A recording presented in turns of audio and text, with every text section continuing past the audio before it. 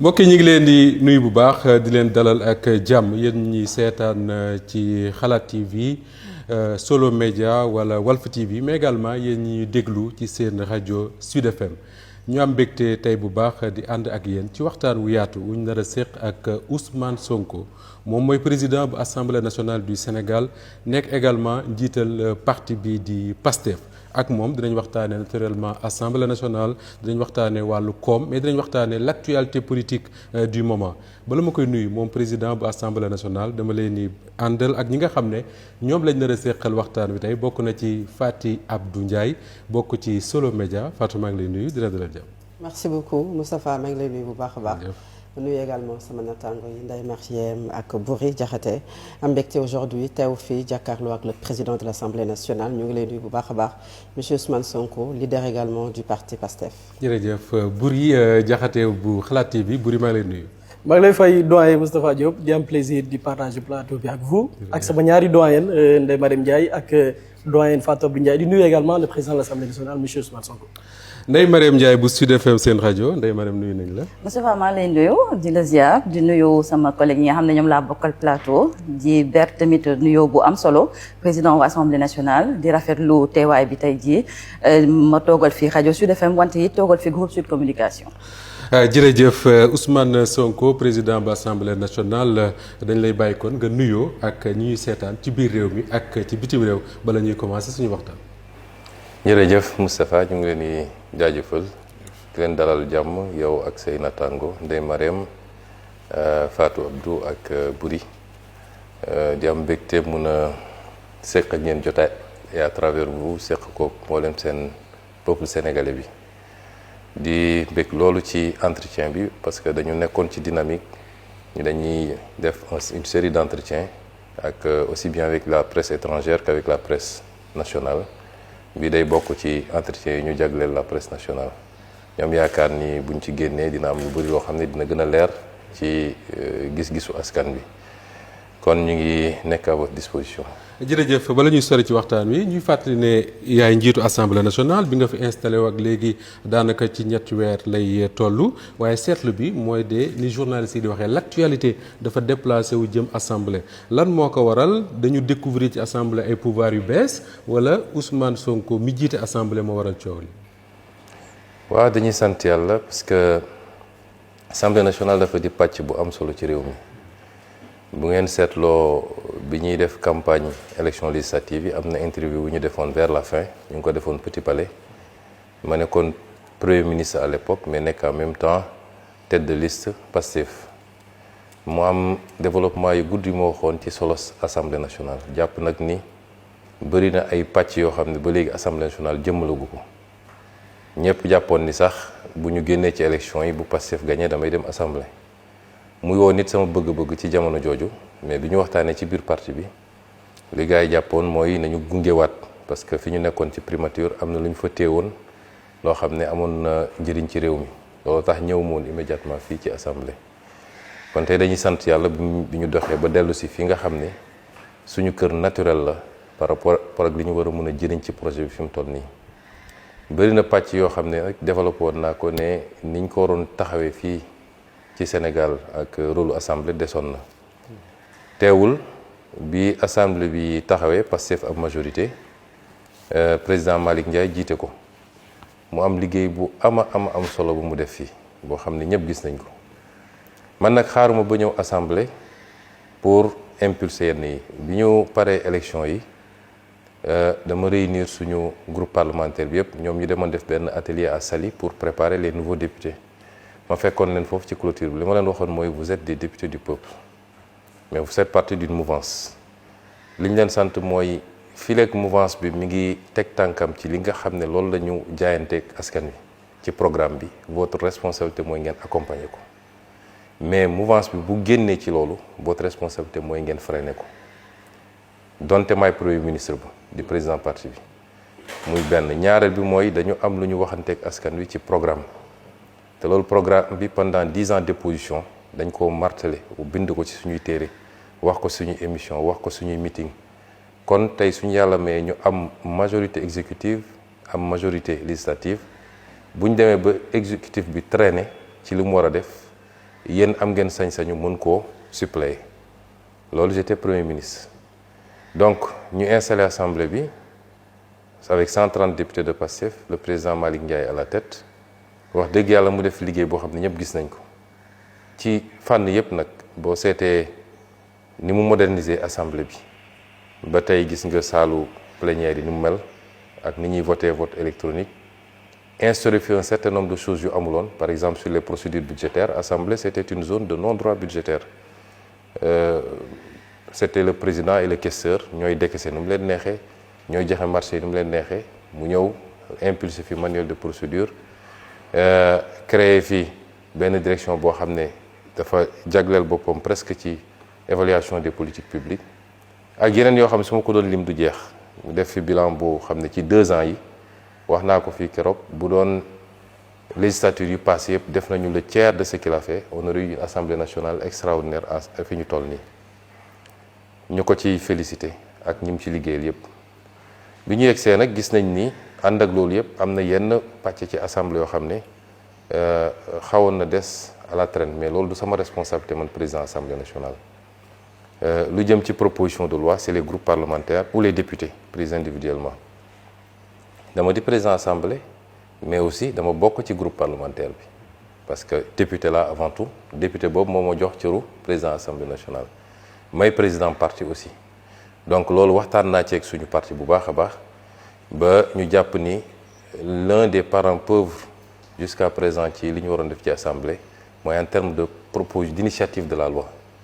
des na boo demee fu mel ni France ci l'ensemble des lois yi jaar assemblée nationale aujourd'hui plus de 70% ci député lay jóge c'est l'initiative des parlementaires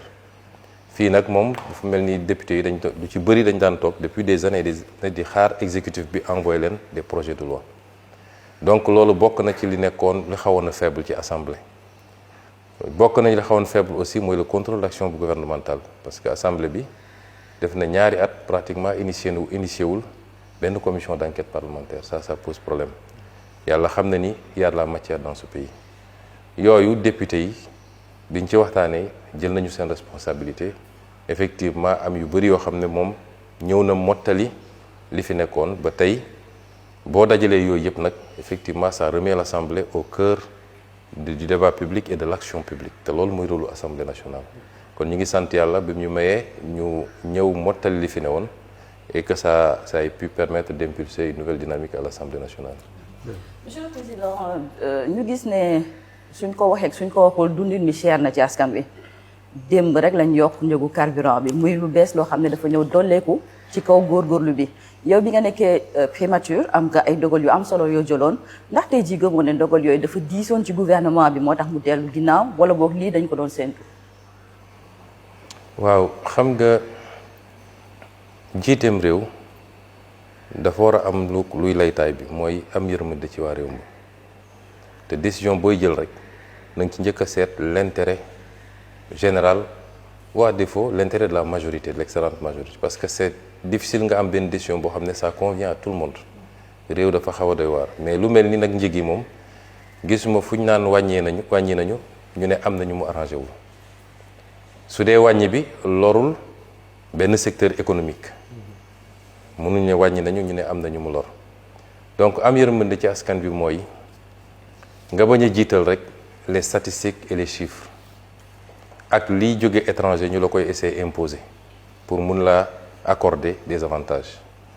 loolu bokk na ci yéeg-yéeg bi jiit war a am ci réewam ci askanam dama wax fii ci assemblée nationale bi ma fi mujjee ñëw en tant que premier ministre ma am lu bëri lu ma wax ci affaire prix yi ci seeni stratégie nag dañuy dem dagg leen ci intéressé di essayer wax loo Ousmane Sonko lu mu waxul dama ne woon bu ñu demee ba mu métti ba ñu xam ni mënatuñu maintenir les prix tels quels boobaa nañu dellu si askan wi neen lii mënuñu ko maintenir waaye loolu yëpp am na lu ko jiitu ma waxoon nag li ko jiitu parti yooyu nañu dagg génne ko ci ñëw rek ne Ousmane Sonko annoncé woon na hausse des prix ça c'est de la malhonnêteté intellectuelle li ma waxoon mooy booy xool njëg yi nga jël njëg yi ñu yokk barki démb defe naa essence bi ak gasoil bi la te gëm naa ni leneen mun na ca topp parce que ba ñuy nguur-nguuri naan dañuy yokk njëg du tey jii daanaka bi ma génnee gouvernement ba léegi ñu ngi ci waaye li ñu doon wax mooy nañu préparer opinion bi nañu jàllale ay message buy jàll ci yenn presse yi pour préparer opinion bi ndànk-ndànk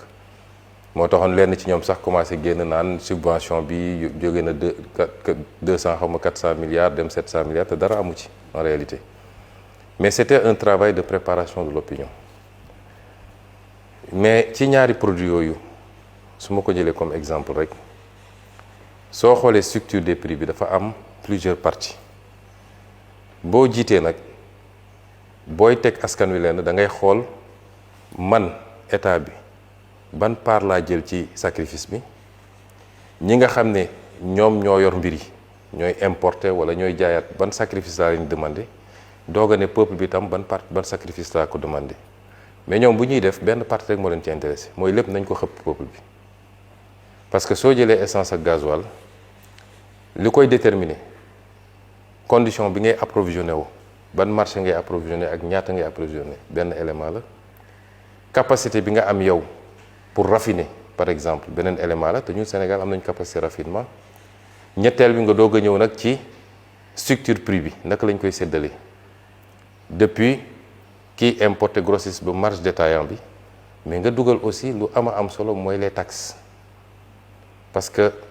boo liggéeyee ci produit hydrocarbures Sénégal les taxes représentent entre 40 et 52% du prix c'est-à-dire ku dem jënd tey essence ñu ne la jaay nañ la ko 900 et quelques entre 45 et 52% daanaka taxe la mooy li état bi di jëlaat moo tax keroog may wax fii assemblée te indication yi laa joxoon ministre des finances ak ministre de l'énergie ne leen bu leen ma wax subvention bi kese parce que subvention bi lenn la mais état bi day subventionné fukk daal di encaissé taxe ñaari fukk donc daanaka subvention bi existé wul réellement parce que da nga koy neutraliser te soo libéré prix ne yokk naa prix yi taxe bi day yokk parce que les taxes sont calculées sur le prix donc l'État encaisse encore beaucoup plus ba pare teg ko ci consommateur bi suñu doxee tuuti mu ne subvention bi dafa bëri dama génne fii les statistiques wax naa ko fii keroog Assemblée nationale boo jëlee les subventions masalan soo jëlee 2021 état bi mi ngi subventionné à 212 milliards mais mi ngi taxé à 450 milliards donc différence bi c'est 237 milliards nga jël 2024 état bi mi ngi subventionné 467 milliards encaissé taxe 682 milliards soit 214 milliards d'écart en faveur de l'état soo jëlee 2025 état bi mi ngi subventionné 380 milliards taxé 765 milliards différence bi di 384 milliards boo ci jël rek double bi pratiquement la ñuy taxé ñaari at la écart bi négatif te boo seetee ñaari at yooyu muy 2023 ak 2024 mun nga ko méngale ak ay années de crise préélectorale donc boo bëggee retoucher les prix li jaadu mooy da nga naan d'accord taxes yi dama koy wàññi y a 4 ou 5 séries de taxes yuy dugg y a la TVA les droits de porte FCIB bi le fonds de soutien à l'énergie ak la taxe spécifique muy 5 taxes yoo dugal ci prix énergie bi ñun ñoo ëpp lu ñuy taxé dans l'Afrique de l'Ouest le prix de l'énergie donc moo joxoon teg ndigal ne léegi nañu njëkk a wàññi taxes yi boo wàññee taxes yi mun nga conséquemment wàññi subvention bi ñu xool ban équilibre lay joxe mais ñoom ils ne feront jamais ça te si je n'étais pas parti de la primature parce que man wàññi naa prix essence bi wàññi naa bon ñun bokk gouvernement bi mais sous mon autorité bi may jox instruction le ministre Birame Souleye dama ko ne je ne veux pas de commentaire xam naa ni mun nañu wàññi prix essence bi c'est pas normal dans presque toute la zone UEMOA ñun ñoo ëpp prix wu carburant te pourtant fi ñeneen ñi jëndee la ñuy jëndee à part Niger bi nga xam ne am na carburant ñeneen ñëpp fa ñuy jëndee la ñuy jëndee ñun am nañu raffinerie ñu bëri ci ñoom amuñu raffinerie boo ñu wàññee woon taxes yi tuuti ak yeneen mun nañu wàññi prix carburant bi crise am na effectivement dans le monde ñun dañu nekkoon déjà en crise financière et budgétaire ndax bor bi ñu fekk fii war koo fay ñu ñëw guerre Moyen-Orient am beneen crise tegu ci mais ànd ak loolu yépp man gëm naa ni suñu defoon liggéey boobu ba pare amaana du ñu yokk mën na am sax dañuy wàññi et c'est ça qu'on attend des gouvernants mooy toujours na nga jiital yërmande bi nga am ci askan wi. maintenant su dee dafa am ay conditionnalités ñu leen di imposer de l'extérieur ñun de bi ñu fay nekk dañ koo bañoon ne ajustement ak restructuration ça se fera pas au détriment du peuple sénégalais te wax naa ko suñu conférence de presse jour bi ñu génnee gouvernement bi moom président suñu dernier jotaay bi ñu waxtaanee di xawal ndax dañu déggoo am déet ci gouvernement bokk na ci ñaari laaj yi ma ko laajoon mooy est-ce que njëg yi dina yokk mu ne ma non njëg yi du yokk on va maintenir ñaareel mooy est-ce que di ngeen nangu restructuration mu ne ma non mais li ñu commencé ni ajustement structurel la. ah oui lan mooy ajustement lu dul on vous impose de l'extérieur yenn mbir yu xam ne leer na ni baaxul ci askan bi on fait supporter au peuple parce que situation économique du pays situation financière et budgétaire mayul ñu supporter un certain nombre de choses c'est une forme d'ajustement et je ne crois pas que ça va s'arrêter ci bii loolu nag bokk naa ni jàpp naa ni bokkul ak gis-gis boo xam ne méngoo nag jiite bu ànd ak yërmande ci askan wi gëwuma ko.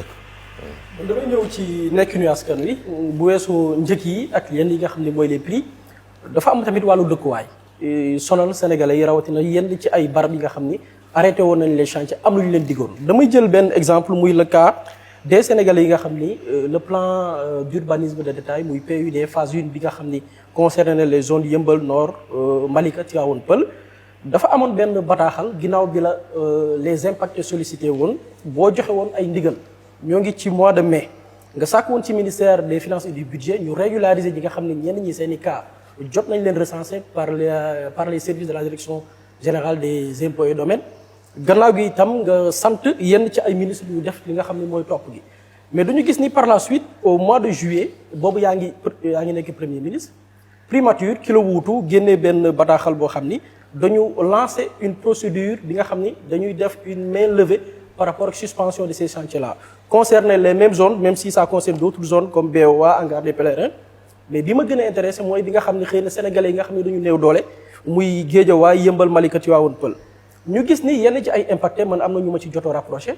ñu ne ci PUD boobu noonu muy phase 1 bi gisuñu PUD mais aussi gis nañ ne am nañu tàmbalee liggéey ba ñu jot quitus de main levée mooy ñi nga xam ni dañ leen ràññee soit ay politique lañ wala soit ay boromi doole ay këru liggéeyukaay la ñu yor ñoom ba tey mënuñu démarrer seeni chantier est-ce que processus boobu noonu fekkoon na la primature wala bu fekkee ne am na ginnaaw gi yan mesure ngeen ci fas yéene jël en tant que président de l'Assemblée nationale parce que ça yaa ngi tudd mbiru commission d'enquête parlementaire. man mois de juillet lañ def main levée bi juillet 2026 bon j'étais pas à la primature parce que da nga ne boobu yaa ngi primature juillet 2026 j'étais à l'Assemblée je suis venu ici au mois de juin ou mai donc j'étais plus à la primature damay fàttali nii bi ñu ñëwee man maa jël sama responsabilité taxawal ñaari commission benn bi nekk ministère des finances benn bi nekk primature pour ñu saytu lépp lu jëmoon ci li ñu def ci suuf si et loolu dafa àndoon nag ñu aj yenn lotissement yi liggéey bi def nañ ko ni ñu ko war a defee rapport yi génn na malheureusement bi ñu commencé exécuter rapport yi ci la li am ba ñu jóge fa gis naa nag bi ma fa jógee rek dafa mel ni gaa yàkkamti woon nañu commencé di def main levée générale moo tax commission d'enquête parlementaire ñëw parce que li ñu seetlu mooy lotissement yooyu yépp depuis bi ñu koy waajal au niveau des impôts et domaines ak services yi ci intervenir yépp la plupart du temps muy l'urbanisme muy les différents services des impôts et domaines ba ni mu demee CCOD ak niñ ko génnee ba commencé séddale amu ci la à 90% respecté wul la loi à 90% dafa jalgati la loi loolu nag baax na commission d'enquête parlementaire saisiru ci paraxe bi ñu gaawantu bi ma fa jógee commencé di def ay main levée ak di bëgg a séddale mën na bokk ci li justifier ay député ne nañu gaaw def commission d'enquête parlementaire ànd ak nag am na lu ciy lënt ba léegi mooy bi ñu dajalee li ñu war a def commission d'enquête parlementaire yëpp yooyu nga tudd yëpp ci la bokk yoon li mu wax mooy da ngay saisir le ministre de la justice mu wax la est-ce que am na procédure judiciaire yu ci am moom daal nee na lotissement BOA hangar pèlerin ak Eogène 1 ak 2 yooyu am na benn procédure bu ci commencé au niveau du pôle judiciaire financier ba daanaka rapport bi pare na xam naa ni lotissement yooyu gars yi tegoon nañ ci bët lool nag te xam naa ne am na enjeu yu ci am mais si c'est des stratégies pour contourner it du tee lañ ci war a def dinañ ko def parce que rapport yi heureusement man j'ai tous les rapports xam naa lañ fa def lépp nag on va voir yan mesures lañ fay poser te nag kenn ku ne na xam ni lu yàggul jarul def yenn yi parce que dans tous les cas la ñu diglante woon ak Sénégal yi dañ ko def su dul tout de suite nañ ko def plus tard boo ci génnee boobu yeneen lotissement yëpp nag nee nañu amul procédure bu ci taxaw ce qui fait que les commissions d'enquête vont commencer commission d'enquête yàlla da yoon da koo jox ay pouvoirs yu élargi commission d'enquête mën na entendre ñëpp tous les gens qui sont concernés directeur général simple agent ministre ñëpp commission mën na leen entendre ba ci les privés yi nga xam ne impliqué nañ ci commission d'enquête mën na leen entendre fii ci règlement intérieur du bees bi may nañ commission d'enquête sax mu def ko des audiences publiques diffuser ko sénégalais yi xam li xew commission d'enquête mën na def des réquisitions à toutes les institutions publiques comme privées bancaires ak yëpp pour am les informations yi mu war a am commission d'enquête mën na saisir le procureur bu dee dem na ba gis ay infractions ay faits yoo xam ne susceptibles d'être qualifiés d'infraction pénale mën na saisir le procureur kon outil la boo xam ne yéex nañ koo yëkkati parce que quasiment lu justice mën a def à part àtte commission d'enquête mën na ko def te rapport am mën na continuer dem ci àtte ba ci haute cour de justice bi nga xam ne fii la nekk parce que commission d'enquête mën na constater loo xam ne concerne na ay autorités ñu voté fii résolution c'est mu dem directement haute cour de justice donc cër yu am solo la yoo xam ne assemblée nationale am na ko te dañ ko yéex a déclenché donc le non respect des PUD effectivement joxewoon naa ay instructions parce que injustice baaxul c'est vrai il y a la loi il y a le code sur le domaine de l'État il y a les décrets yi fi am mais ñëw fekk ay populations yu nekk fenn depuis très très longtemps peut-être maîtriser wuñu le code comme ñeneen ñi niñ ko maîtriser xamuñu les tenants et les aboutissants nga am ay hommes d'affaires yoo xam ne parce que am nañu leurs entrées et leurs sorties wala ngemb na ay politiciens ngemb nañ leen wala sax ñuy prête non ay politiciens ñu xëy rek fa nga yaroo màggee fa ñu ne la dagg nañu fii fépp léegi diw am na ci nangami hectare diw am na ci nangami mètre carré yéen ñi fa dëkk gisu leen dara neew ñu ñooñoo ko moom neew ñu ñoom lañ ko war a jox yépp mais xanaa kay nga am noo organiser ba am may leen un peu d'espace de respiration léeg-léeg ñu dagg ba aire de jeu sax du am foofu fu ñu mën a defee lieu de culte sax du fa am yooyu dafa war a jeex ci Sénégal bi ñuy bloquer affaire yi loolu bokkoon na ci lu tax soo jëlee Wakam c'est un village traditionnel yàgg nañ joytu ne amuñu sax aire de jeu bu ñu mën a defee benn stade pourtant am nañu équipe bu demoon ba première division joxewoon naa fi instruction pour que li ñu leen bëggoon jox Eogène ñu mën koo jot mais bi ñu demee ba gis ne Eogène am na problème à la fois physique et juridique dama ne ancienne piste bi am na benn 10 hectares bu fi ne woon ma jox instruction ministre de l'urbanisme ne leen xool leen foofu nu ngeen fay génnee 2 à 3 hectares pour que ñoom ñu mën a am bërëb bu ñu tàggatee yaram kon yooyu il faut que ñu koy intégrer dans la dimension les commissions d'enquête parlementaire ci sujet bi di sujet foncier bi comme tous les autres sujets dinañ ci def seen liggéey boobu mat sëkk incha allah da ngay gis suñu ne commission d'enquête parlementaire ay nit di wax rek soi-disant société civile ak yooyu ñii naan na justice saisiru en fait dañu bëgg a protéger ay nit parce que loi dafa ne dès que la justice se saisit la commission d'enquête est dessaisie léegi nag ñoom su ngeen fàttali ko en 2024 bi coow li amee fii avec le conseil constitutionnel ñii naan corruption am na ñii naan corruption amul assemblée dafa voté résolution fii pour def commission d'enquête parlementaire mais il y avait une plainte boobu moo bloqué lépp kon ñii di wax soi-disant société civile yu demee noonu dafa am ku leen di wax loo am na ay nit yu ñu bëgg a protéger moo tax ñu naan nañ ko jëlee ci assemblée yóbbu ko justice mi ngi fi boobu ba léegi deful liggéey bi wala saisiruñu ko pour mu def ko wala amul élément yu mu ko defee li ne ci loxoom it ma nga fi depuis boobu ba léegi déggaguñu ay conclusions wala des renvois wala non-lieu. Donc Assemblée nationale yoon bi jox compétence justice moo ko jox Assemblée nationale ku nekk ak nag réewam ak fi mu yem et c'est pourquoi le travail sera fait pour le foncier pour patrimoine bâti bii nga xam ne dañ ko saaxee nu mu leen neexee bi may nekk fii député 2017 laa bind ay questions écrites immeuble boo xam ne askan wee ko moom yoon ne pour nga joxe ko il faut que mu ñëw Assemblée nationale ñu voté ab loi ay nit jóg joxe ko nu mu leen neexee immeuble yi ñi ñu wër yëpp dañ koo joxe woon am na yu ñu ci jot a récupéré bi may nekk premier ministre avec SOGEPA yu bëri récupéré nañ ko am na yoo xam ne France noonu la demee ñiy def loolu ils ont violé la loi ba ci li ñu war a def ci wàllu lempo gi parce que yàgg naa wax fii ni ay milliards et milliards ci exonération yoo xam ne warut ak ci yeneen ak yeneen ay remises gracieuses ay autorités di violer la loi di joxe lu leen neex loolu il faut ñu xool ko donc loolu mooy les commissions d'enquête parlementaire donc ci foncier bi comme ci yeneen yi ba ci licence de pêche yi ba ci un étudiant un ordinateur nit ñi jàpp ni dañ ko diriger contre x y ci ngay dégg ñu naan les gens utilisent l'Assemblée nationale pour régler des comptes. Oui. D'accord. Pour régler des comptes il faut que compte am d'abord premier débat bi mooy li ñuy wax compte mooy am na lu nit def am na lu defu ba pare kon loolu moo waroon am d'abord ensuite Assemblée nationale constitution ak règlement intérieur nga xam ne loi organique la moo ko ne am nga sañ-sañ ci loolu am nga sañ-sañ ci loolu te ñun protégé wuñ ci kenn nag ku ci bokk Pastef ak ku ci bokk feneen la preuve am na benn ci commission d'enquête parlementaire yi c'est sous notre régime biñ koy dugal fii j'étais premier ministre te jàpp naa ne ñi ko dugal parce que opposition la man lañ ci doon viser certainement parce que jàpp nañ ni laale naa ci bi ma ñëwee fii laa ko dugal man maa ko dugal en bureau ñu valider ko majorité accès parce que su majorité ne woon d'accord ma du dem ñun ñoo am majorité tout le bureau 2 opposants ñoo ci nekk li ci des yëpp waa Pastef lañ kon ñun amuñu ci diw Massamba ak Mademba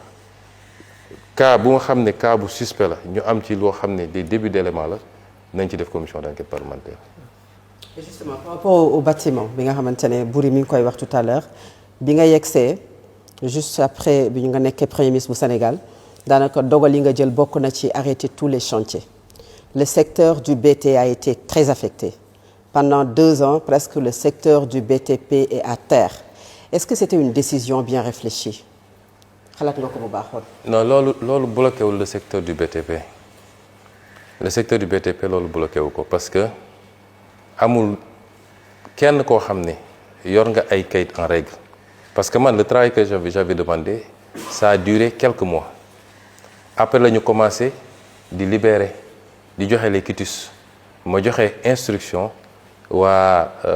DGESCOS ne leen ku remplir les critères ma génne benn circulaire ne ku remplir les critères ku ñëw andi papier bu wane ni moom terrain bi te joxuñu ko juróom wala fukk wala ñaar fukki terrain mun ngeen ko defal mainlevée mu dem liggéey parce que lan mooy problème bi da ngay gis kenn koo xam ne parce que bokkoon nga ci ancien régime bi wala parce que am na loo séq ak diw ñu dagg lotissement fii Wakaam jox la loo xam ne boo ko dajalee mat na 1 hectare ou 2 hectares jox la ci 10 terrains 15 terrains 20 terrains loolu loi da ko interdire suuf si sénégalais yi ñoo ko moom loi dafa ne chaque sénégalais a droit à accéder au foncier yow mii Fatou Abdou mun nga dem impôt domaine def sa demande déposer dama musuma am terrain Sénégal parce que les lotissements administratifs pour ñu joxe ko li ñuy njëkk a vérifier mooy kii ñuy jox est-ce que am na terrain ba pare Ndakaaru amaana am na Saint-Louis bokkul ak Dakar mais su dee biir Dakar dañ naan est-ce que kii loolu texte la de du man maa ko inventé dañ naan est-ce que kii mosoon nañ ko jox un terrain un bail nga xam ne c'est presque gratuit tu ne payes que les redevances et les droits de bornage bu dee mës na am ñu ne ko déet bàyyil beneen sénégalais am kon soo defee lotissement am na fi ay homme politique du ma tudd tur ñoom rek jox nañu fa loo xam ne mënoon na sedd 20 25 30 sénégalais ñu jox leen ko loolu ça pose problème man leen donc képp koo xam ne mi ngi ci lotissement bi benn attribution la am vérifier ngeen première attribution am la def leen main levée mu dem tabax këram wala mu dem tabax immeuble am su dee opérateur mais les doublons ñi nga xam ne dañ leen joxaat leen léeg-léeg ñu def ko ci turu benn société mun ngeen ko libéral benn yi ci des bloqué leen ko ñu récupérer ko redistribuer ko Sénégalais yi nga xam ne amuñu terrain amuñu kër kon loolu mooy liggéey bi ñu def loolu mënul bloquer le BTP mënul bloquer liggéey bi peut-être que dafa am un ensemble li wax ko BTP moo xuri ñeneen ñi mooy on a hérité d'une situation économique extrêmement délicate le programme avec le FMI est suspendu parce que fii loo fi mënti wax tamit l'essentiel des activités tourne autour de ce que l'État libère État bu amee problème rek ci loolu bokk na ci li ñu war a génne définitivement on peut y revenir mais l'essentiel des activités tourne autour de ce que l'État fait moo tax su État bi sëqatee rek ñeneen ñëpp dañuy soj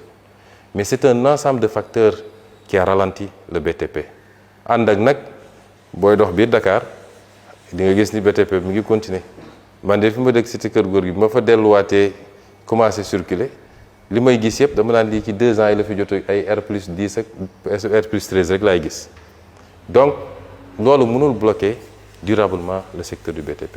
et si c'était à refaire on le referait parce que dafa am loo xam ne faire l'État sur le passif la mais ensuite poser des actes pour que plus jamais loolu amati parce que au-delà de ces aspects-là mais le foncier est une bombe sociale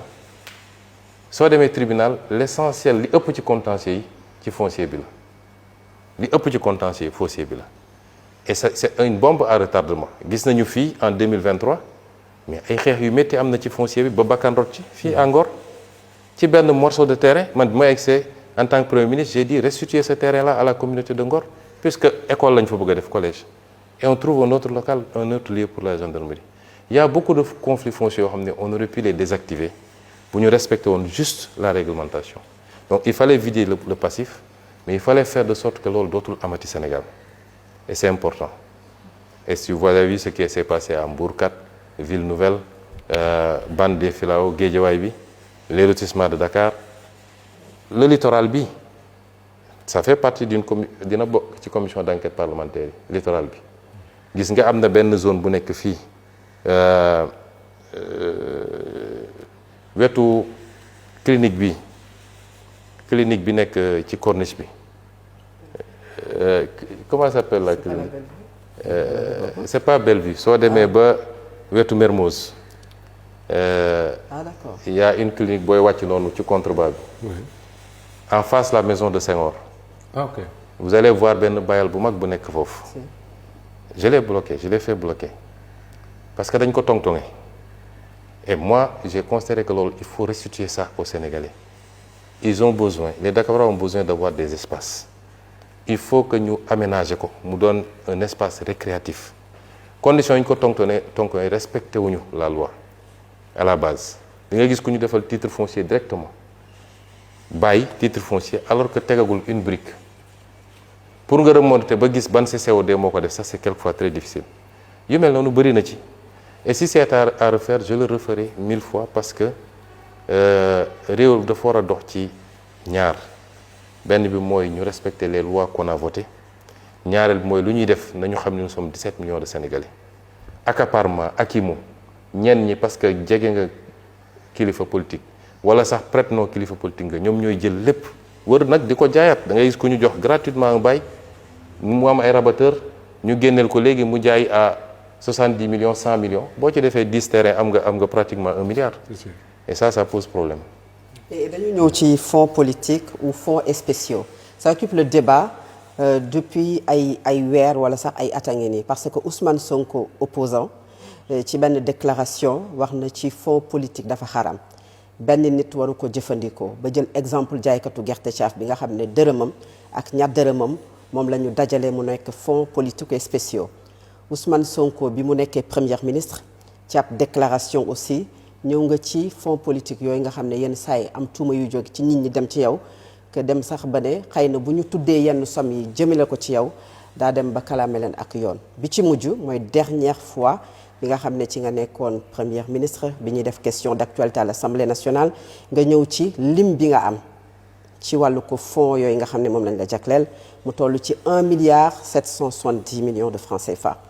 ndax yow yaay premier ministre bu Sénégal bu njëkk a am fonds politique ak ndax primature dana ko jagleel fonds politique yooyu wala ay fonds politique ou spéciaux yi dafay jóge ci li ñu jagleel présidence de la République.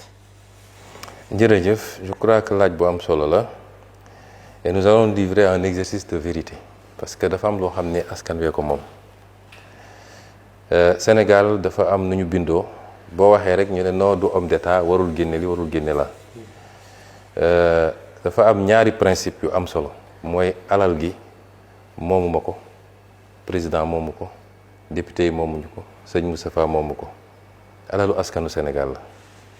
dama fàttali keroog ci màggal gi benn wax bu sëñ Cheikh Gaynde Fatma waxoon ni nit ñi da ngay jël ci ñoom liñ mën mais dugal ko fi ñu xam loolu transparence weesu loolu et c'est ça le budget de l'État le budget de l'État ci Sénégal yi la ñuy jëlee seen lempo loolu il faut Sénégalais yëpp xam ko c'est Sénégalais ñenn ci ñun ñàkk a xam état moo tax dañu jàpp ni buur moom moo tax dama naan toujours suñu sociologue yi am nañu liggéey terme buur dañ ko fi war a bannir parce que un président n'est pas un buur buur du dem élection buur du dàggaan kàddu askan wi buur dooleem lay am jël toog fi ba kenn ëpp ko doole jële ko fi donc ñun république la ñu nekk dañuy fay l'impôt assemblée nationale mooy consentir l'impôt dafa am le consentement de l'impôt et le consentement à l'impôt ñaar yooyu bokkul assemblée mooy consentir l'impôt consentement de l'impôt assemblée la mooy chaque année ñu wote ne autorisé nañ gouvernement mu lever tant ci impôt impôt yi taxe indirecte lii la taxe spécifique lii la taxe directe yi lii la impôt foncier lii la ba ci jaaykatu caaf bi nga wax noonu nga xam ne bu jaayee ba ngoon am 1500 dugg jënd ceeb suukar pour dem sombil waa këram laaj nañ ko ci TVA te xamu ko xale bi étudiant bi dem jëndi carte crédit 1000 francs pour recharger laaj nañ ko ci TVA te xamu ko te li ëpp ci impôt bi mooy li ñuy wax l'impôt indolore parce que c'est un impôt indirect mooy TVA les impôts directs suñ la andilee kayit ne la da nga war a fay tant impôt foncier di nga ko yëg wala suñ la daggalee ci sa bulletin de salaire yéen ñëpp salarié yi ngeen di nga ko yëg mais am na impôt boo xam bis bu ne nga fay ko te yëgoo ko te 80% presque suñu impôt ci loolu lay jóge kooku amul ko ci mucc yelwaankat bi sax mucc ci ndax bu yelwaanee ba ngoon su duggee jënd dara day fay l'impôt kon premier bi mooy laaj nit ñi li ñu mën mais dugal ko fi nit ñi xam loolu mooy transparence ñaareel bi mooy notion homme d'état ou femme d'état barki dem damay déglu benn vidéo bu sëñ Cheikh Tidiane Sy doon wax ne léeg-léeg dañuy wax ni waxu biir néeg waxu biir kenn du ko yóbbu ci penc ba mu ne waaw ndokk ci bu mu dul mbirum penc mi mbir mu concerne penc mi yëpp lu concerne penc mi yëpp il faut ñu teg ko ci penc mi kon da nga laaj ci mbirum fonds spéciaux je crois que suñu jógee fii lu bëri dina leer ci chronologie bi nga laaj da nga laaj ndax damay wax d'abord fonds spéciaux fan la jóge ci suñu programme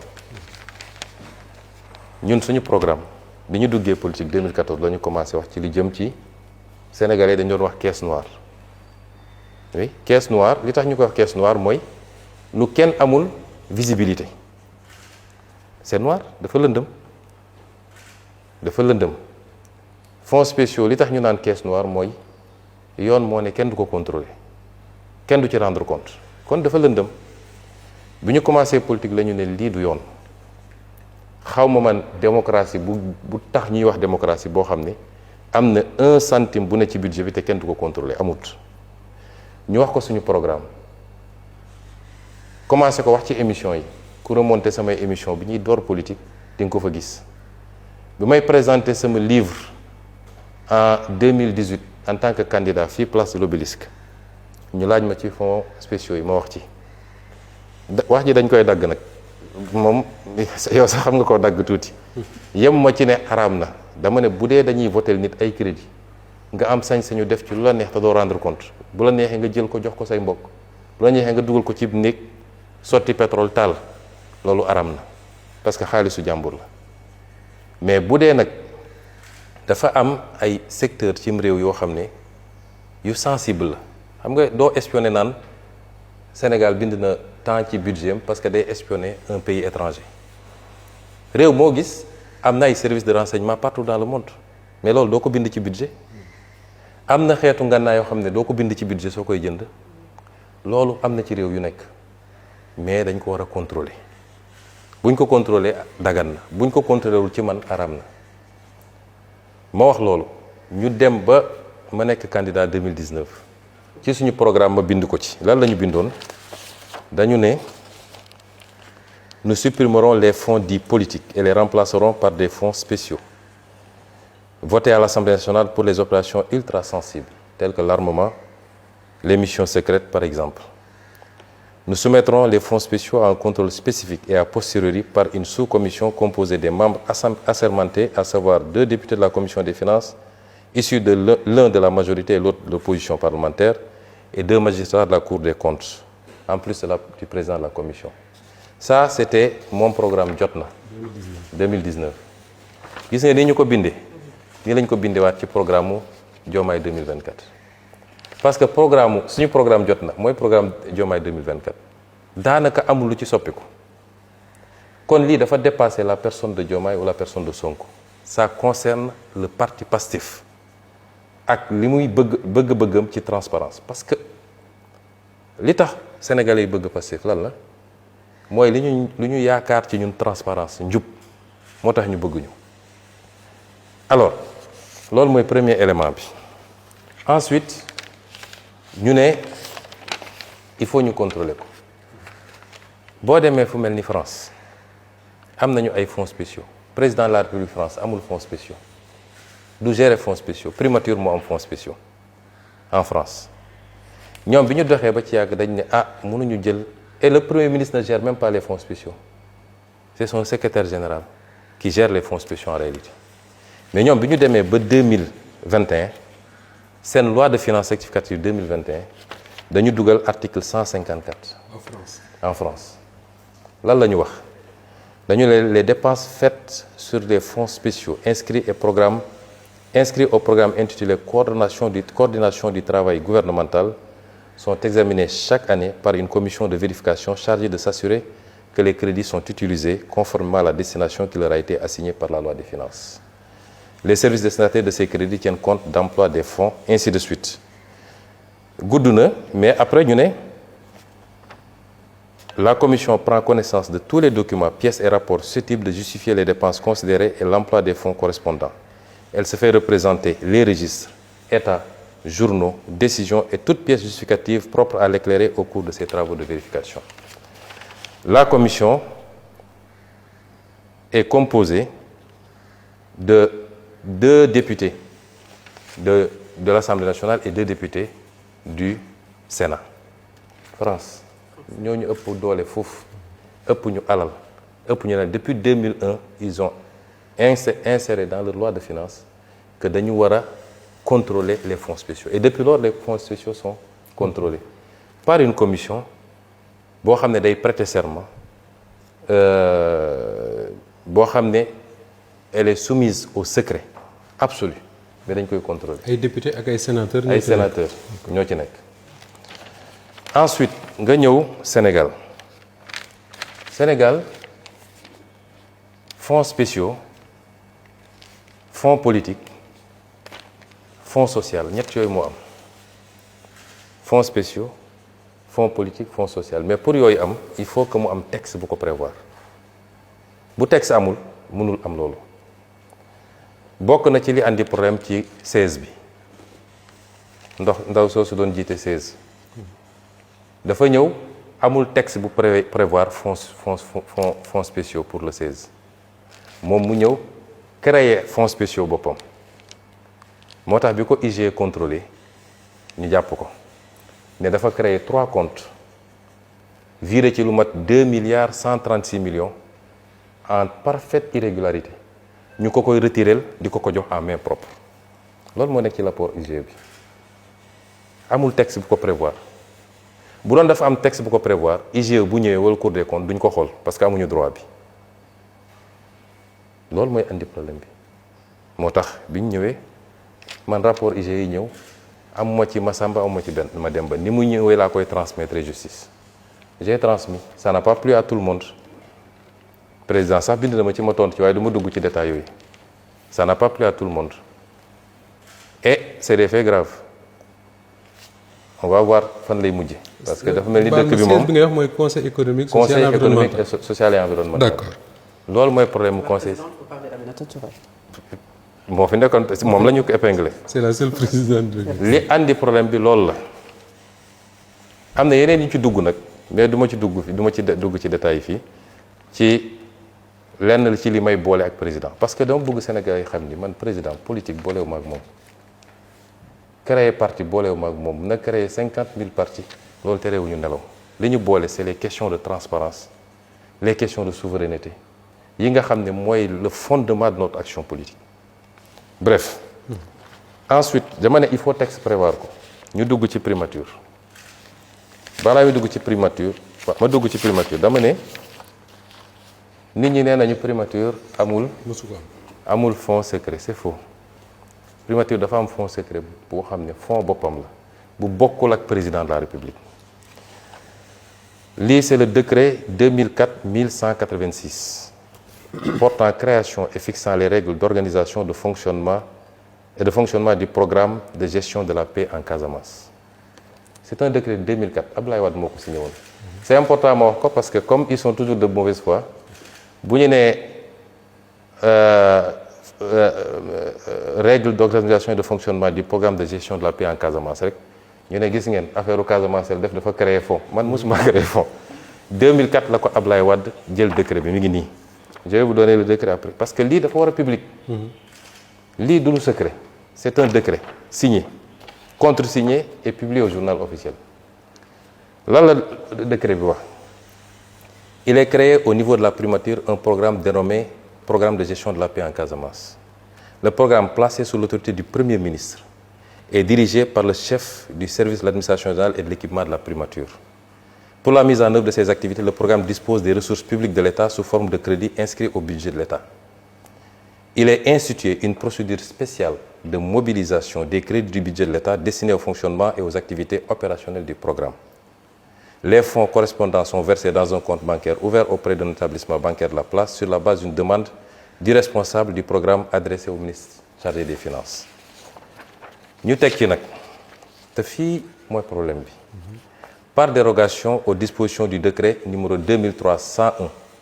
du 13 mars 2003 portant règlement général de la comptabilité publique, les dépenses prévues pour le fonctionnement et les activités opérationnelles du programme ne sont pas justifiées en raison des nécessités de défense liées à ces opérations.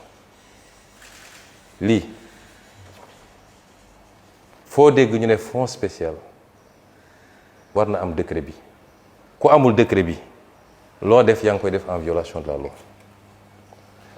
donc ñi taxaw ñépp ne primature amuñu fonds xam nga mag war naa moytu di wax lu mu xamul xam naa nag ay nit a leen di manipuler di leen informer mais il y a un fonds secret à la primature boo xam ne c'est prévu par un texte un décret signé par Abdoulaye Wade contresigné par Macky Sall en 2004 donc primature am na fonds mu des nag fonds yooyu naka lañ ko gérer dinaa leen jox tous les détails aujourd'hui parce que transparence la sañu wax nekk ci télé ak rajo yi di wax dégg naa sax barki démb kuy wax naan ay waxu kumpa ak yooyu foo dégg ku la wax loolu rek mbuxum la ñu bëgg ay mbuxumkat lañu kumpa tekkiwul ni dañ lay jox alalu réew mi nga pasare ko jox ko ku la neex ak nu mu la neexee loolu bokkul ci kumpa alors ñu ne léegi ni mu amee primature la amee présidence de la République lan mooy fonds la présidence de la République a un fonds de 7 milliards 956 millions te lu ñuy nëbb Sénégal dañ ko war a xam 7 milliards 956 millions 296 mille 2024 fonds bi egg na 11 milliards et quelques 2024 bi waaw lan moo ko waral mooy bi ñu yegsee président dafa ne bi mu ñëwee fekk na ki ko fi jiitu woon vidé fonds bi yëpp kon moom fekku fi fonds lu mel noonu am na primature te dinaa ci ñëw loolu tax li assemblée nationale proposé am solo bañ yu mel nii amati mooy nañu xam fonds bi fan la dugg donte une commission restreinte et secrète qui prête serment moo koy vérifier mais ñu bañ a may nit ñu ne jox nañ la 7 milliards wala 3 milliards wala 2 milliards nga mun koo vider nu mu la neexee yow dem politiquer ko wala jëndi say immeuble looy demee noonu loolu moo tax li ñu proposé am solo ñu ne 2024 bi ñu ñëwee ne nañ fekk ñu fi dara te foog président am ay fonds ma préciser aussi que ñun waxuñu fonds warul am dafa war a am dama gëm sax dañ ko war a yokk mais na transparent rek ñaar yooyu bokkul fonds bi dafa war a am muy fonds sociaux yi muy fonds à vocation sociale muy les fonds secrets parce que ma jox la ay misaal yu ndaw les autorités sont saisies régulièrement mais dinaa ci dellu si après ci ay cas sociaux yoo xam ne mën na laaj intervention am na nu ñu ko mën a organiser nag ba du doon affaire u président de la République wala affaire u premier ministre parce qu'on a un ministère dédié en réalité et c'est pourquoi ma préciser ko aussi cette loi qui a été proposée sur les fonds sociaux il y a une deuxième loi qui est sur ma table dama bañoon embouteillage am boobu c'est sur bi ñu proposé pour les fonds secrets am na une deuxième loi pour les fonds spéciaux les fonds sociaux du moins am na une deuxième proposition boo xam ne certainement d'ici semaine prochaine bureau assemblée nationale dina ko examiner donc présidence am na ay fonds primature am ay fonds mun naa la jox les fonds de la primature 2012 ba tey ji ñi ne amuloon 2012 il y a eu 2 milliards 960 millions sur l'année 2013 1 milliard 930 2014 540 millions 2015 2 milliards 028 2016 2 milliards 772 2016 2017 2 milliards 502 2018 2 milliards 190 2019 2 milliards 061 te boobu supprimé woon nañu primature su ngeen fàttali ko mais secrétaire général du gouvernement lañ doon affecté les fonds te dina am beneen incongruité bu may andi 2020 foofu la am lu bizarre parce que 2020 daanaka egg nañu 5 milliards 745 millions 2020 2021 1 milliard 450 2022 1 milliard 225 2023 1 milliard 122 2024 man li ma concerné c'est 1 milliard 150 millions mais dama ñëw sama DAGE bi ñëw ne ma fekk fa ab DAGE ma ne gars yi utal leen ma DAGE bu jub bu gëm yàlla may ut ba am koo xam ne am naa yaakaar ci moom ma andi ko nommé ko ñu toog tuuti mu ñëw gis ma ne ma y a un problème ma ne quoi mu ne ma entre mars et avril ils ont pompé plus de 3 milliards ci compte fonds spéciaux primature bi. mars avril boobu ñu ngi ci jëm ci période électorale. juste avant. oui et juste après. juste après. ma ne ko woowal DAGE bi fi ne woon nga laaj ko mu woo ko DAGE bi ne ko demandez à votre actuel ministre des finances muy Cheikh Diba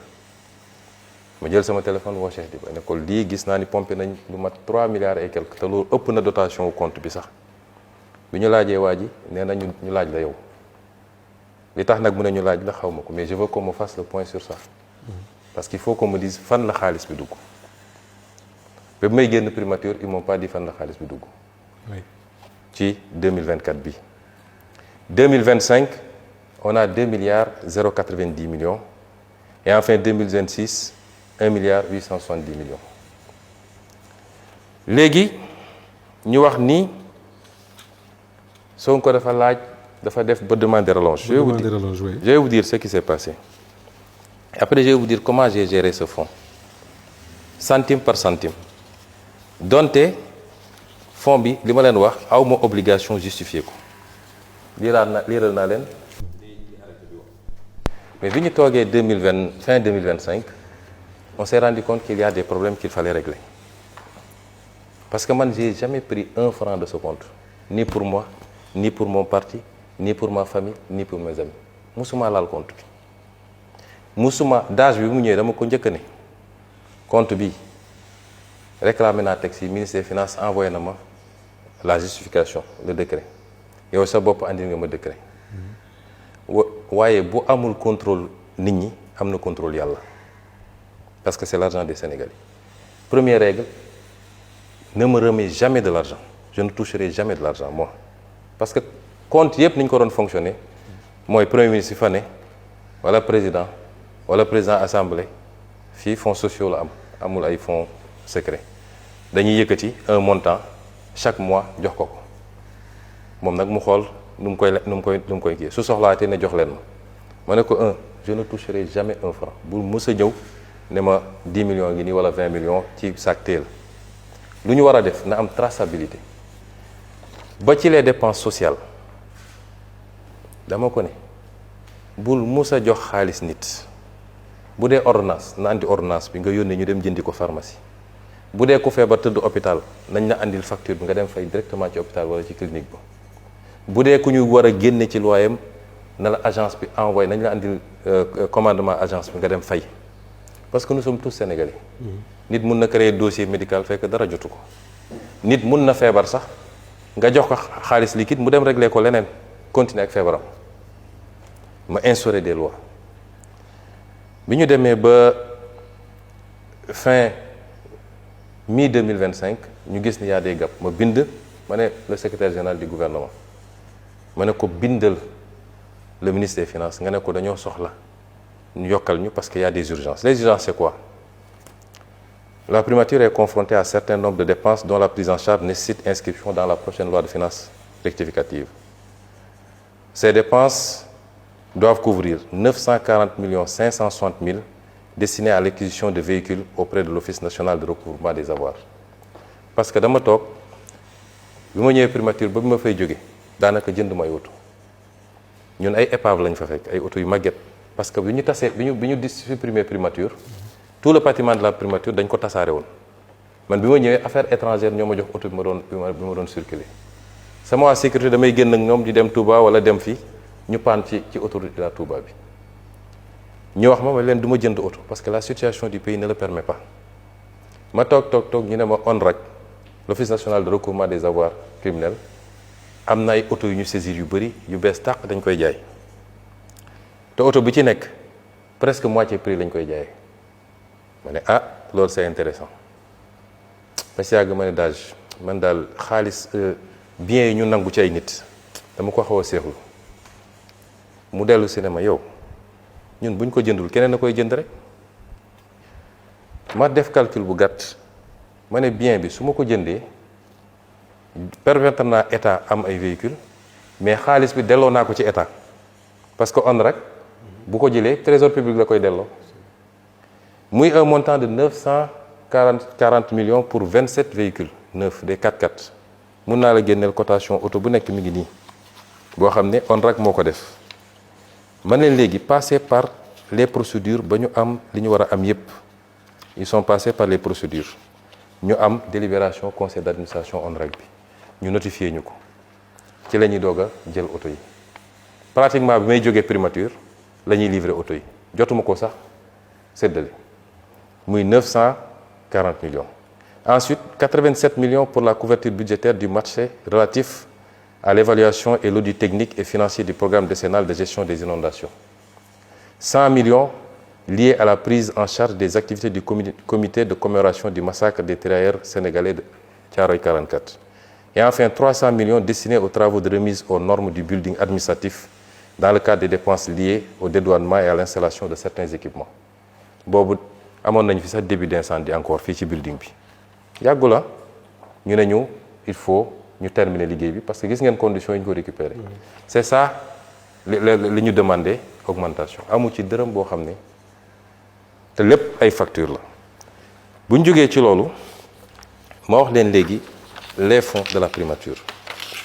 dama wax le DAGE ma ne ko 15 bu ñuy génne donte kenn du ko contrôler dama bëgg mu am traçabilité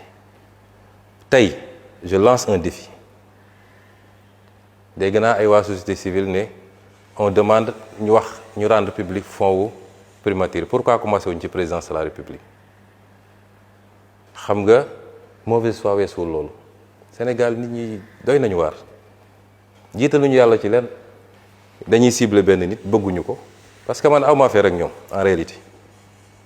man fricoté wu ma ak ñoom jëflante wu ma ak ñoom parce que dama nekk ci sama siège ñu nekk seen siège am ñoo xam ne mosuñoo dem ne peuple bi faites-moi confiance confiez-moi le pays mais jàpp nañ ni ku toog ñoom ñoo war a diriger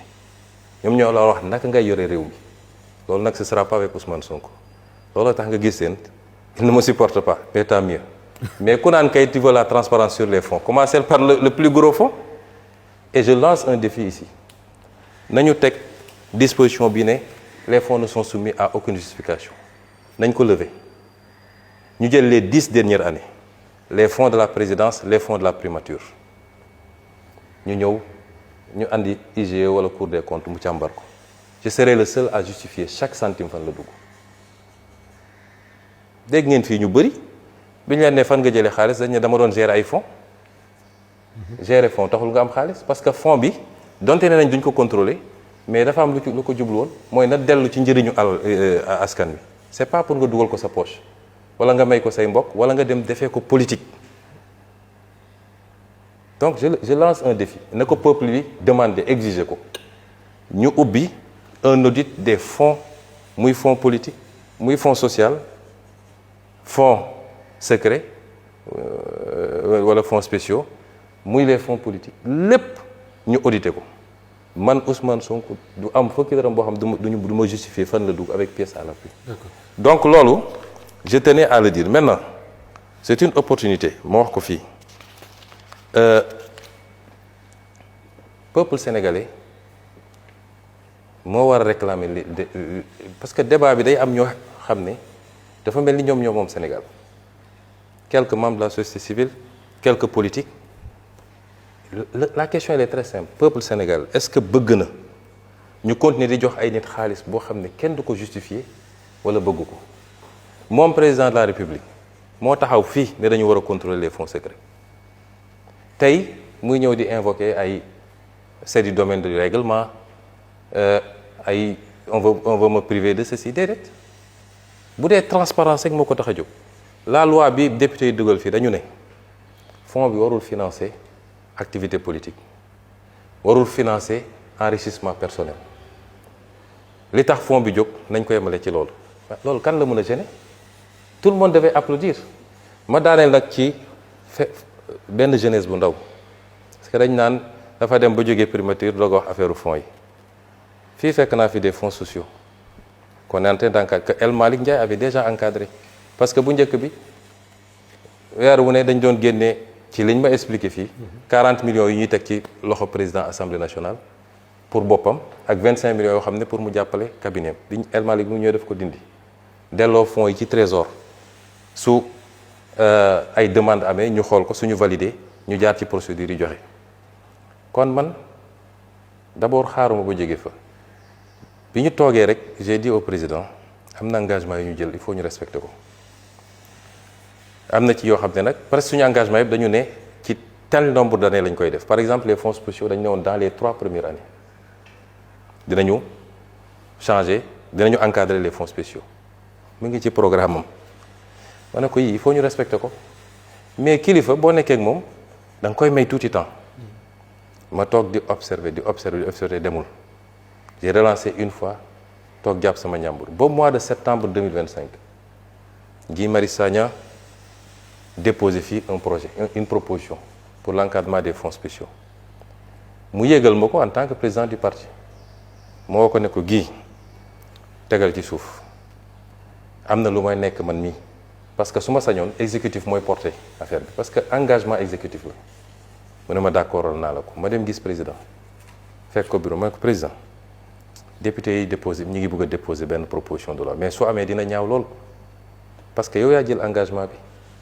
sa programme la ne donte sa programme ñun ñëpp la engagé kon su ma sañoon mooy nga kii mu ne ma oui mais pourquoi ils veulent faire ça nangam ma ne ko d'accord ñu toog tuuti man ma dem toog dajale ay kàngam ñoo xam ne seen xam-xam dafa màcc yi ñu remonté def benchmarking xool li xew ci yeneen réew yi yemuñu ci loolu ñu xool li xewoon fii parce que président Mamadou Dia su ma la génne woon texte bi président Mamadou Dia voté la woon ci affaire fonds spéciaux yi moom réglé woon na yëpp après lañ ko yàqaat ñu defar suñuy texte ma ñëw parce que constitution moo ne l'initiative de la loi appartient au président au premier ministre et à l'Assemblée donc premier ministre am na initiative de la loi ci noonu laa jàllale woon la loi sur les questions d'homosexualité affaire u ñaari tur yi ma defar sama projet de loi jox ko secrétaire général du gouvernement ne ko programmer ko ci conseil des ministres bi di ñëw le mardi soir président bi mu jotee programme bi mu woo ma ne ma pourquoi nga bëgg a jàllale une loi sur les fonds spéciaux ma ne ko mais parce que dañ ko war a jàllale ñoo ko diggoon Sénégalais yi mu ne ma non il faut qu'on en parle le lendemain on s'est vu avant le conseil des ministres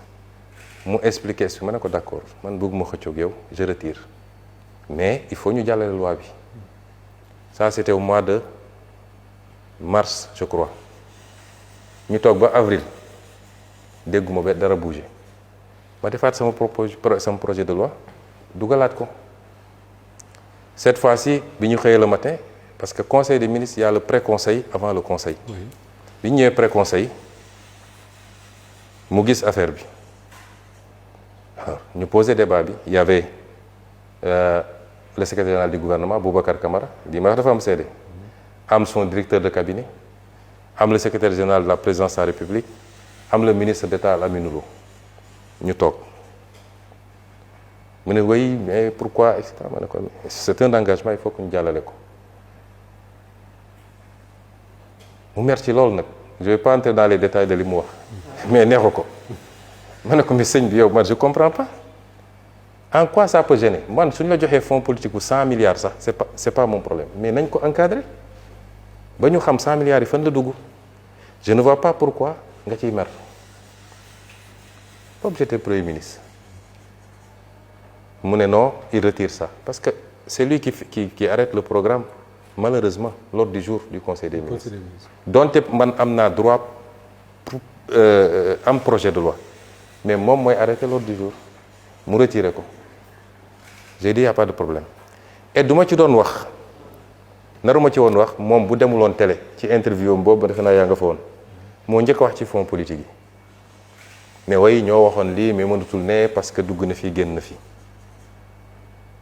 ma ne man comme moom ubbi na débat bi dinaa ci wax ci laa ñëw fii assemblée nationale wax ci muy sa dàq bi ma ci waxee ba ñibbi laa ne sama soxna takkal bagage yi parce que ngoon guddi du ma fekk te effectivement ci lañ ma convoqué pale dàq ma c'est pour ramener les choses man jotewuma ak président ay affaire politique parce que man politique amul ku ma ci ragal fii Sénégal maa ngi sant yàlla d'accord mais c'est des questions de transparence des questions de gouvernance de bonne gouvernance des questions liées à la souveraineté sur nos ressources yu mel noonu mooy suñu problème. d'accord alors yaa ngi wax ci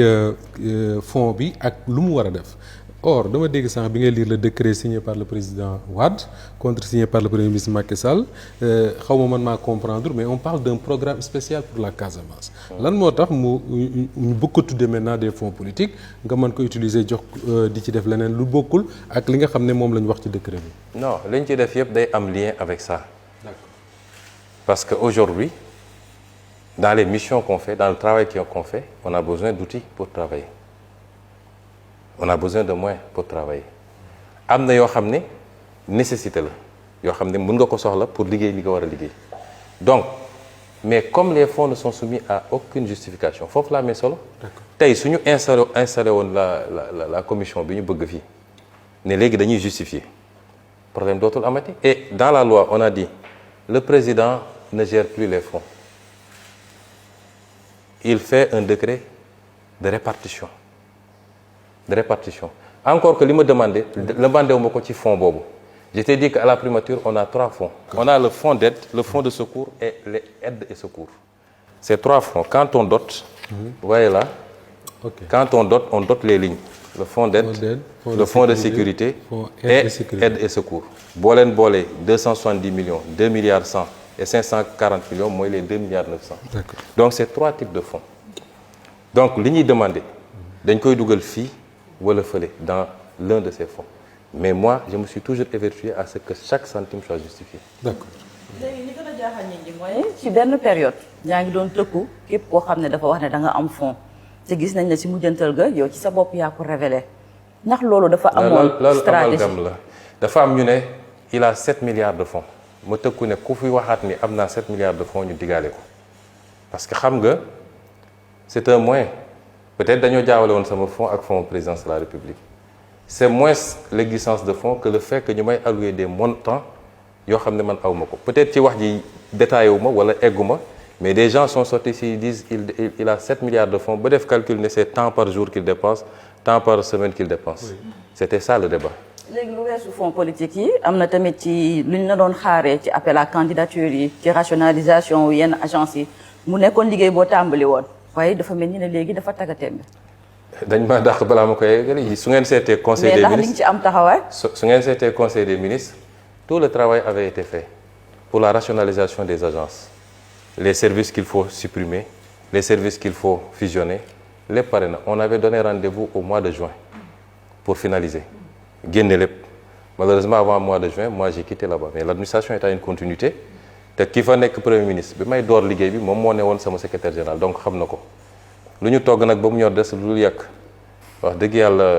bu dee ki togg dafa am urgence dem keneen mën na ñëw yàq mais le travail a été fait. mais gëm nga ne dinañ ko yàq. ça mënuma ci sori. man ci fonds yi dama bëgg benn précision par rapport ak parce que ci ma juumul le 22 mai 2026 nga révélé woon ni am nga ay fonds yu toll ci 1 milliard 770 millions. Exactement 1 milliard 770 millions. Maintenant problème bi man foofu moo jaxase sama xel ak ñu bari ci sénégalais mooy dafa am kenn ci gouvernement bi ko génn ku ne 1 milliard 710 millions yi par trimestre la. suñu sukkandikoo ci loolu moom dafa ne par trimestre. waxul te dëgg bu ma defee le calcul mooy 7 milliards 80 millions. non waxul loolu dëgg abi sénégalais bëgg nañ mu leer parce que dañ ne chaque ñetti weer da ngay demander yow 1 milliard 710 millions. waxul dëgg xoolal moi je vais vous montrer une chose gis nga lii c'est les états 2025 2026 2024 man ça c'est les états tirés du trésor le montant global à la fin mi ngi nii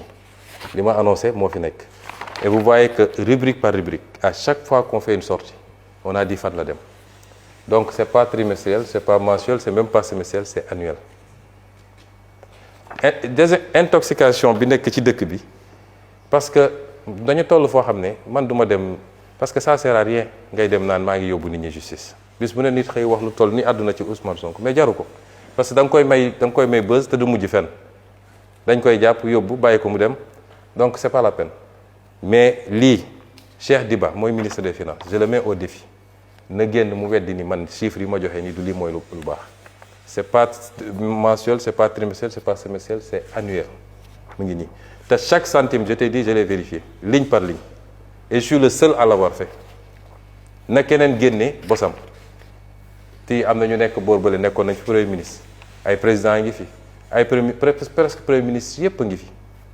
kenn rek a fi nekkatul ci ñëw premier ministre récent yi kenn mënu la génneel une justification de l'utilisation de ces fonds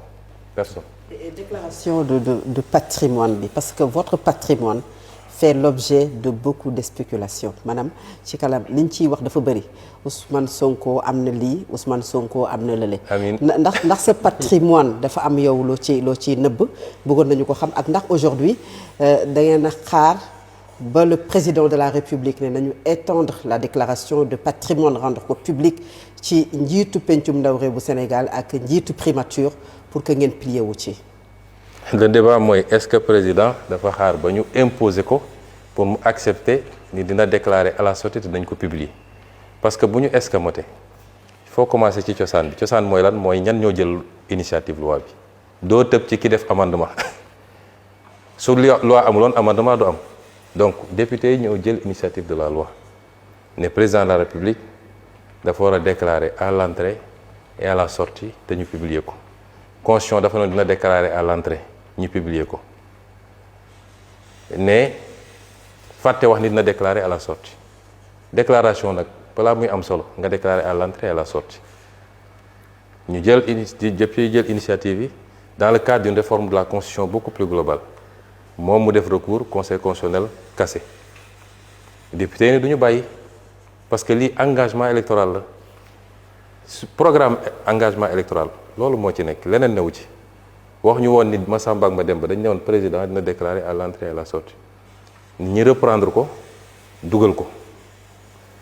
def ko benn article unique nga xam ne lu jafe attaqué la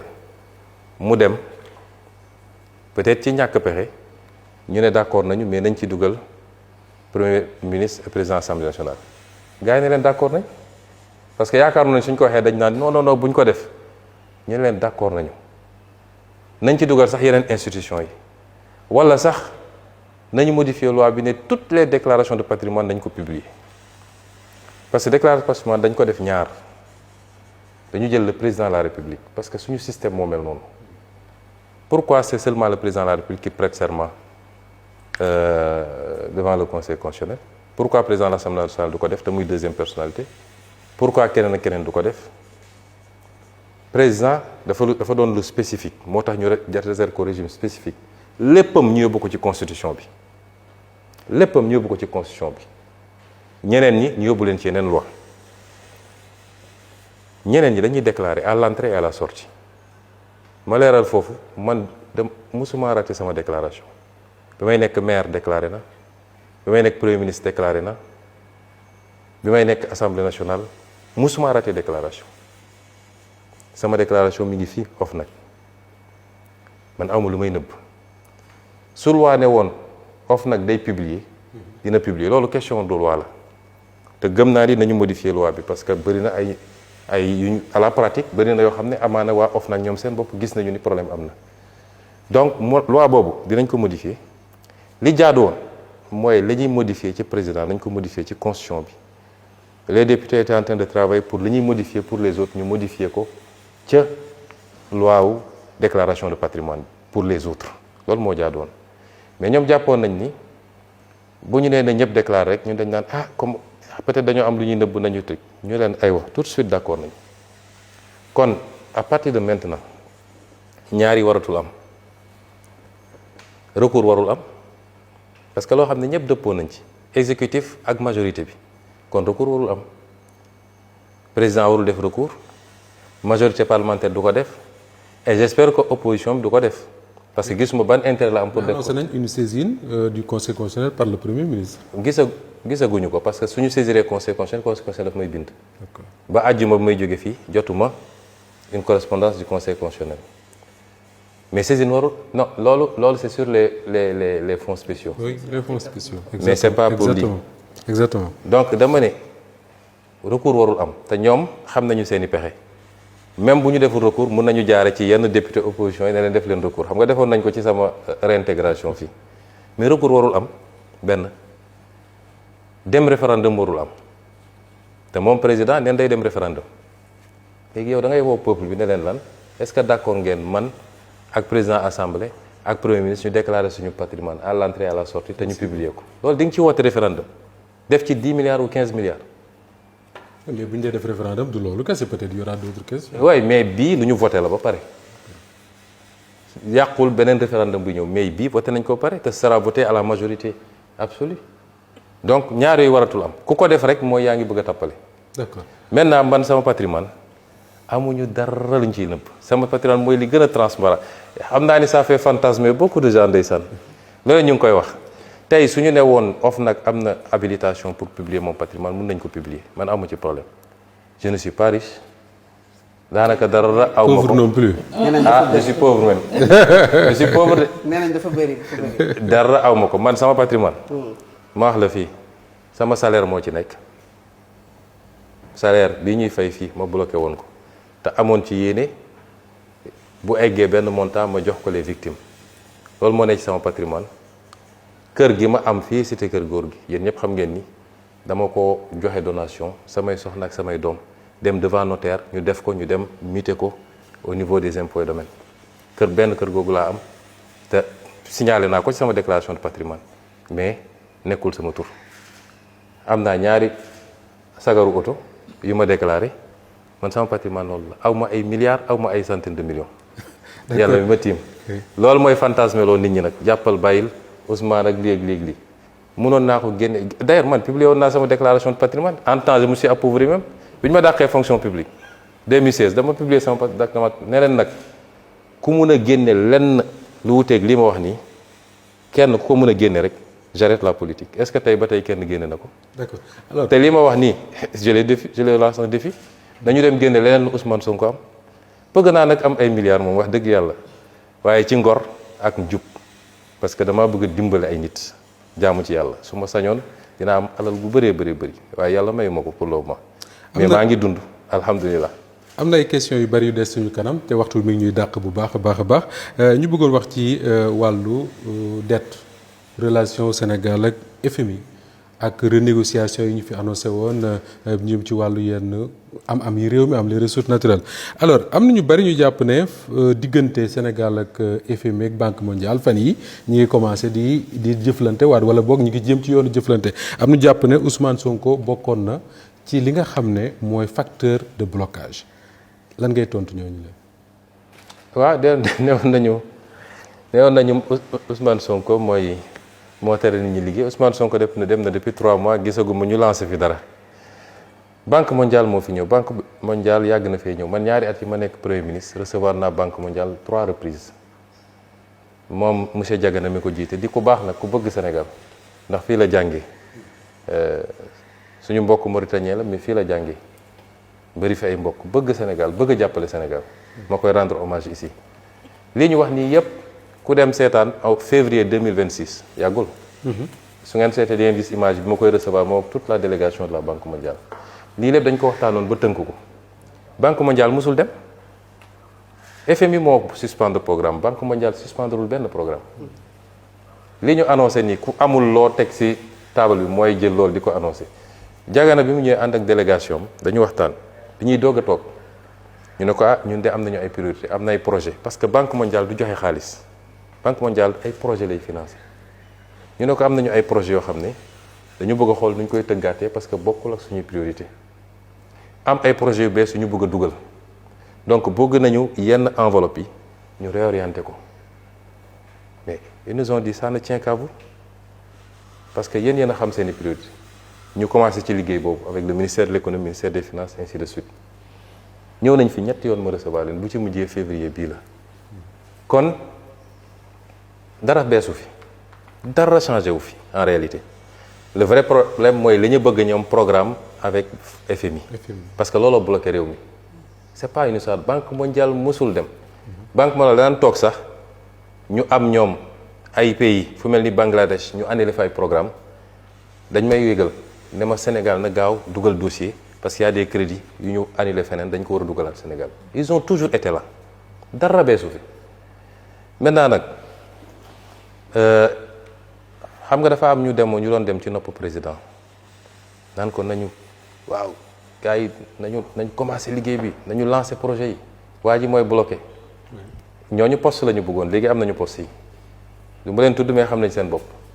toog nañu conseil des ministres mais léegi da ngeen bëgg a démarrer leen avec quoi un pays qui a hérité de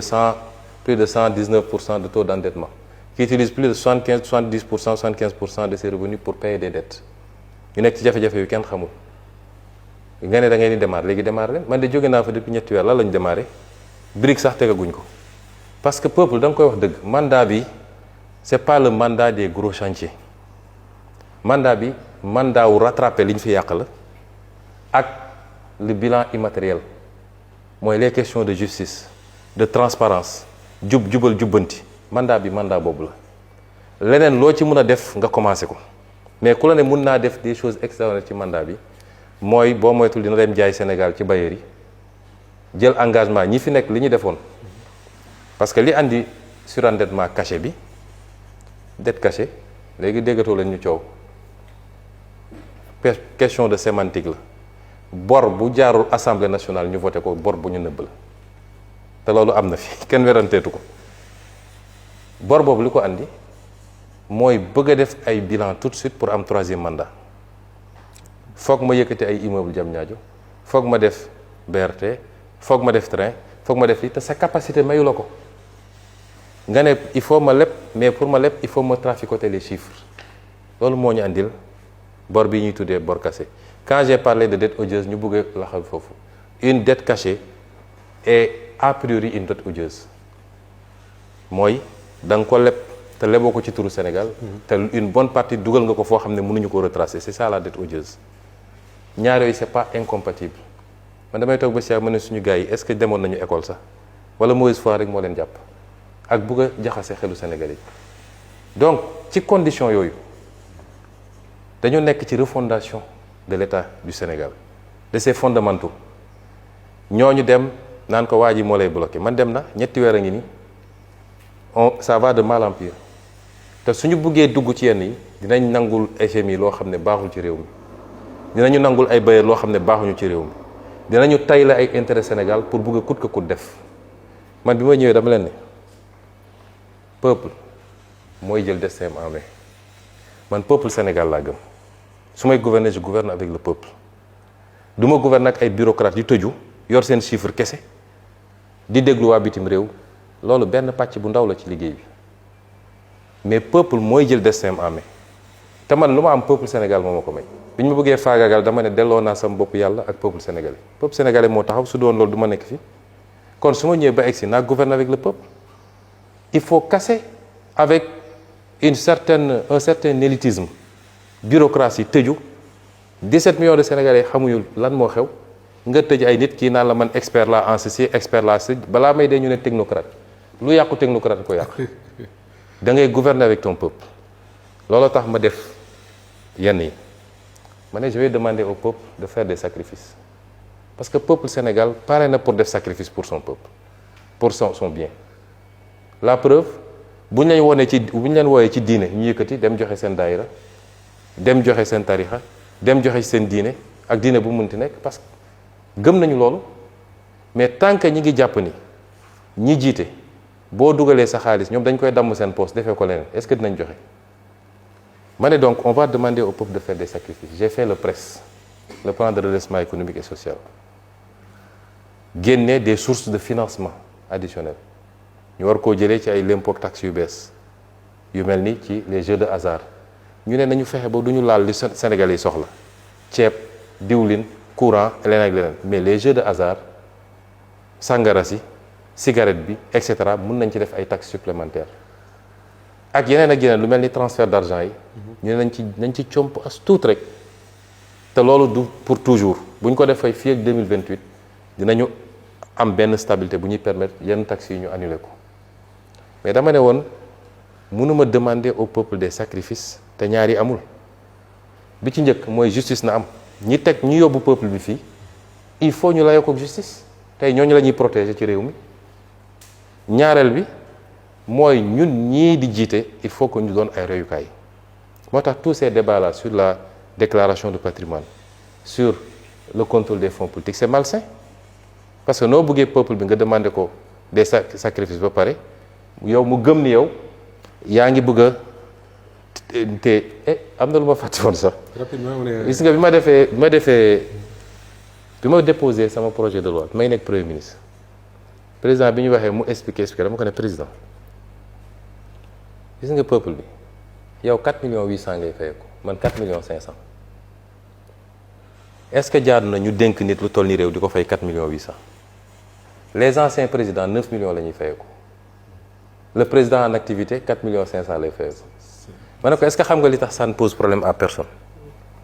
parce que askan dañu jàpp ni ñun yor nañu caisse noire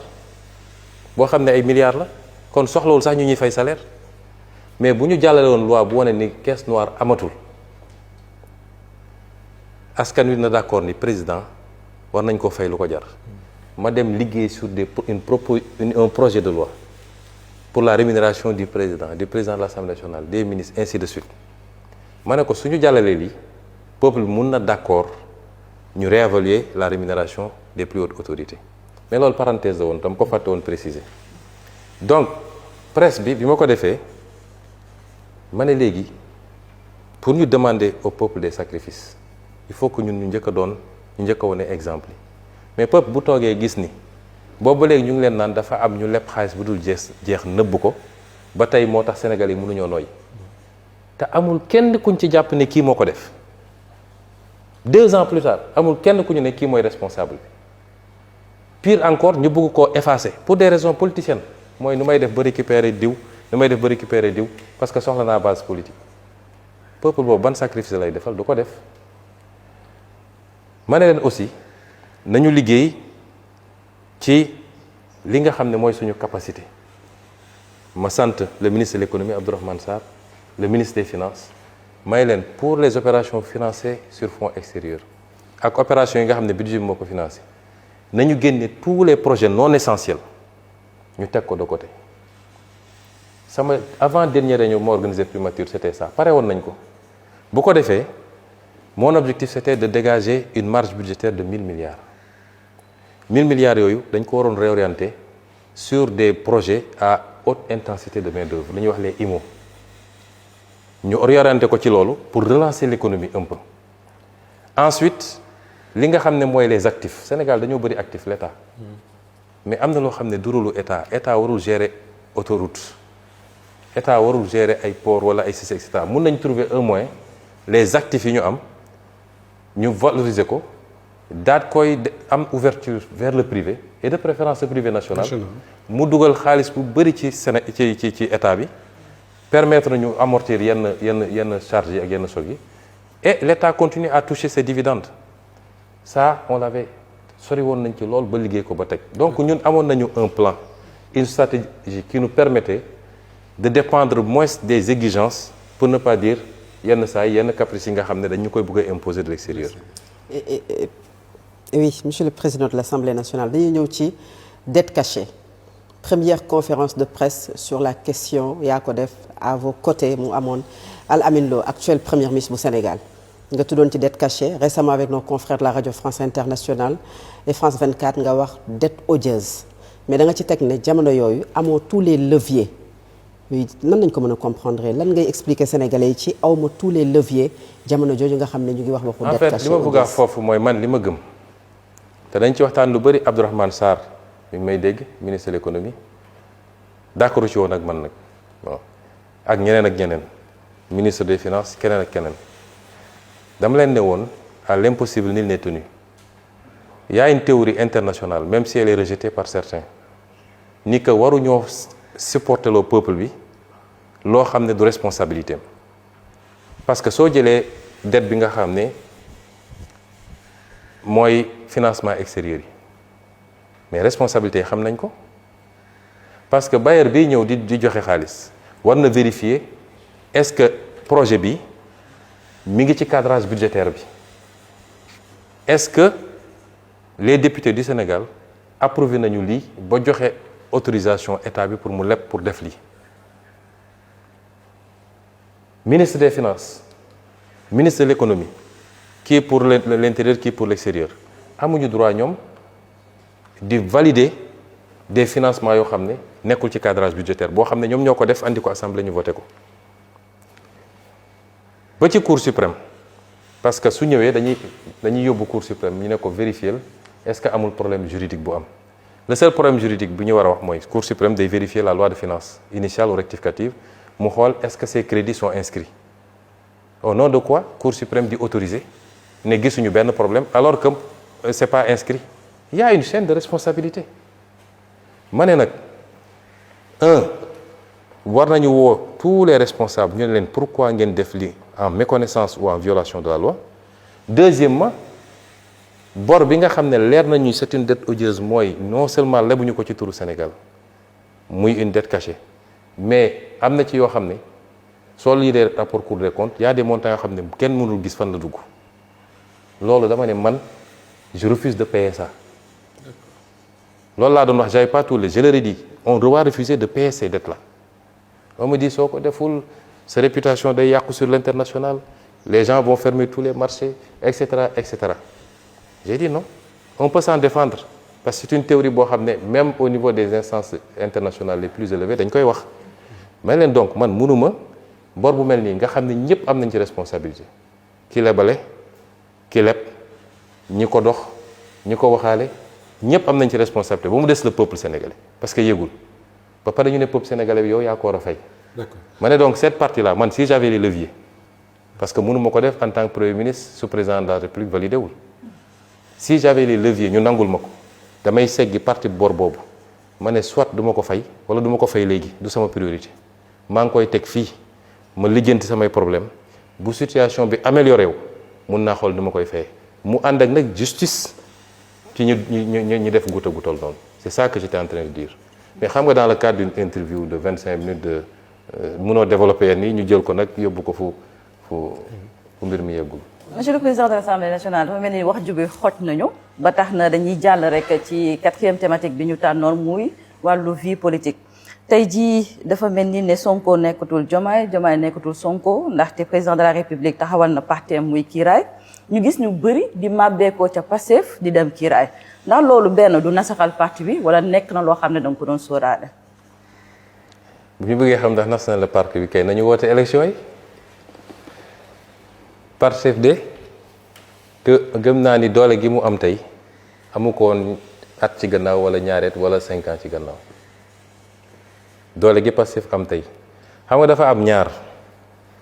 jël quelques sites internet yooyu di leen fay bu ñu nee diw nee na dem na ci côté bële rek nit koo xam ne yow ba keroog bi ñu naan dem na yow xamoo ko woon en tant que journaliste musoo ko gis musoo gis activité politique am xoolal Pastef ban kàngamu Pastef moo dem fi mu ne nii sama bureau politique sama nu mu tudd conseil national ban kàngamu Pastef boo xam ne yow mu am tour ci politique am base politique moo dem gisagoo ko ban kàngam la bokkul ci bureau politique nekkul ci benn instance su parti bi te gagné gu fi élection bu ma xam ban kàngamu parti bi ngeen gis ñu ne dem na amut te bis bu ne njaayam carte gii rek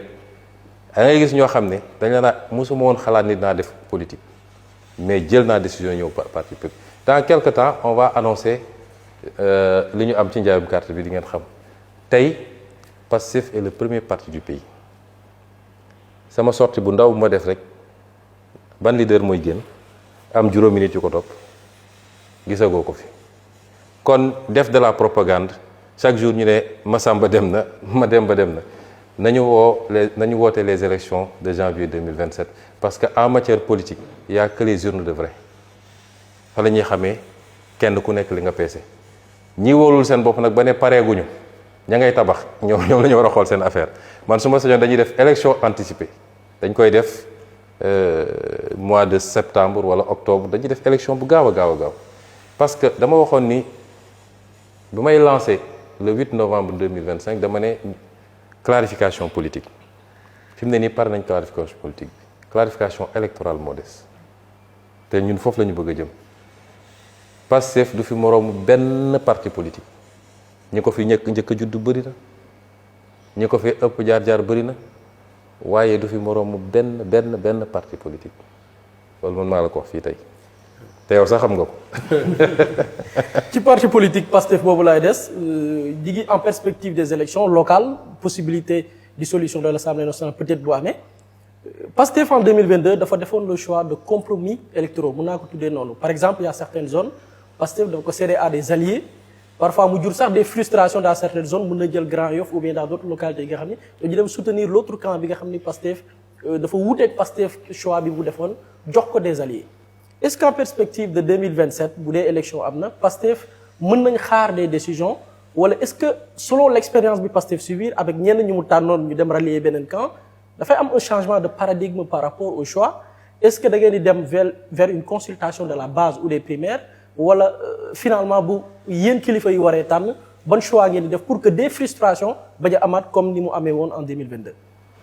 non du ma la wax nag suñu stratégie électorale fi mu toll nii teel na lool. mais daal incha allah élection bu ñu dëgmal moom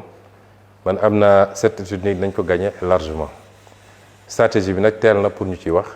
lu ñu liggéey la lu ñu nas la ba toog nun pare nañ bu yàgg ak élection bu munti am législative présidentielle locale pare nañu bu yàgg la ca des nag mooy li fi xewoon man awma ci benn regret xam nga man damay sant yàlla parce que man lépp dama koy delloo ci moom te fu ñu jaar rek boo jëlee recul tuuti di nga xam li tax yàlla jaareel la fa donc man alliance yi ñu mës a def yëpp awma ci benn regret am naa ci nag expérience bu ma tiré mais awma ci benn regret parce que c'est cette somme là qui a fait de Pastef ce qu'il est aujourd'hui moo jox Pastef doole bi mu ko jox moo tax sénégalais yi xool ba gis ni fii benn parti bu constant lañ fi gis ci doxalinam ci jëfam ci waxam ak ni muy doxalee ku mu ànd ak parce que Pastef musul trahir nit musu koo def Pastef am na générosité sédd mais wàññiwuñu dara parce que yàlla booy def ngir yàlla rek yàlla moo lay fay lu ko ëpp moo tax man du ma nekk ci non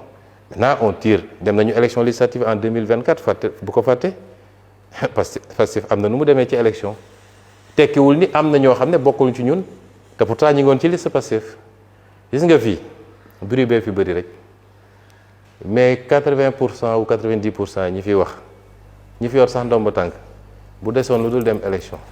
bu leen Pastef ne ñëwul leen ma dugal la sama liste nga nekk candidat bi keneen ku leen woo duñ la wuyu parce que ñi xam ni xeex bi du am te ku jàkkaarloog Pastef mun nga gagné waaye xeex bi day métti kon du ma détailler fii suñu stratégie mais retenez que incha allah on est en train de se donner les moyens pour gagner toute élection à venir. adhésion maanaam ñoo xamante ne dañu jóge Pastef dem Kiraay dañu gis ne ñenn ñi dañ leen di génne ci groupe WhatsApp yi des coordonnateurs également sont changés ou remplacés même dans certaines localités ki nga xam ne nag moom la olof di wax ndayu mbili gi muy le président de la République Bassirou Diomaye Faye membre du parti Pastef président du parti Kiraay moom ban décision la ci Pastef di jël. waaw mais sàcc bu dara yàqu di nelaw loolu moom xam nga ba léegi gisagoo une décision officielle du parti au sommet d'exclusion de quelqu'un base yi nag ñoom xam nga base yi ni ñuy fonctionner gisagooñu bureau bi réunir ne diw exclure nañ ko ñu saisir conseil national loolu mooy procédure yi defaguñ ko ñeneen ñi nga tudd ñëpp c'est pas spécifique au président de suñu procédure ne leen suñuy exclure nit on constate sa démission de jure ou de facto bureau bi de réunir constaté ko ñu saisir le conseil le conseil national ñu valider ko ça c'est pas spécifique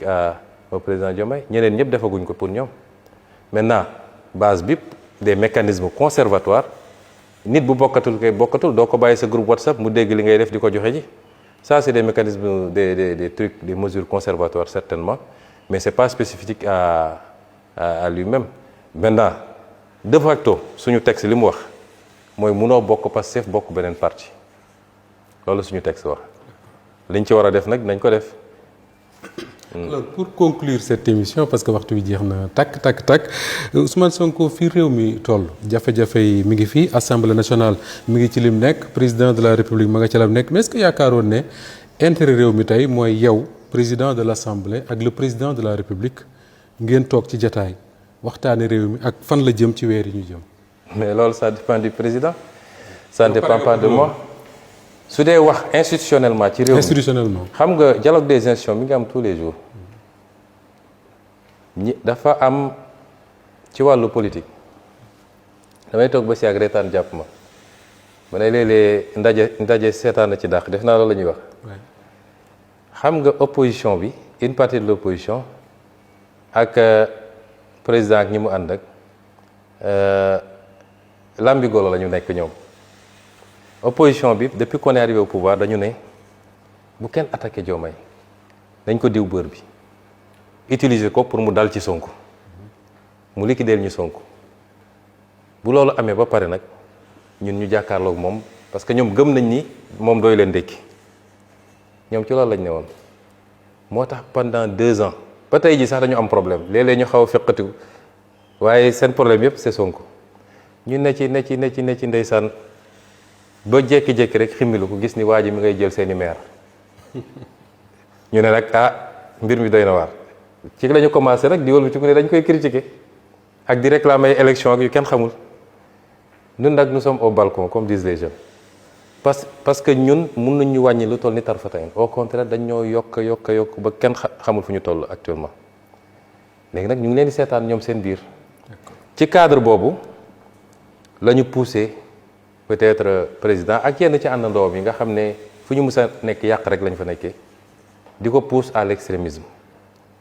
soo seetee seen discours yëpp man damay xoolal seen élément de langage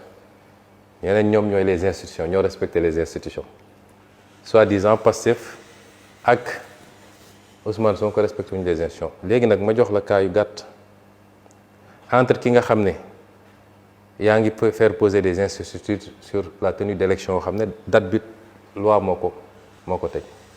yaa ngi dàq ay nit uniquement parce que ànduñoo ak yow ci politique te pourtant xam nga ni ils sont compétents di leen remplacer ak ñoo xam ne mar d'Italie yaa ngi wañ loxo institution li ma wax président xam ne li ma wax di ko def looloo xam ne c'est en violation de la constitution nga xam ne loolu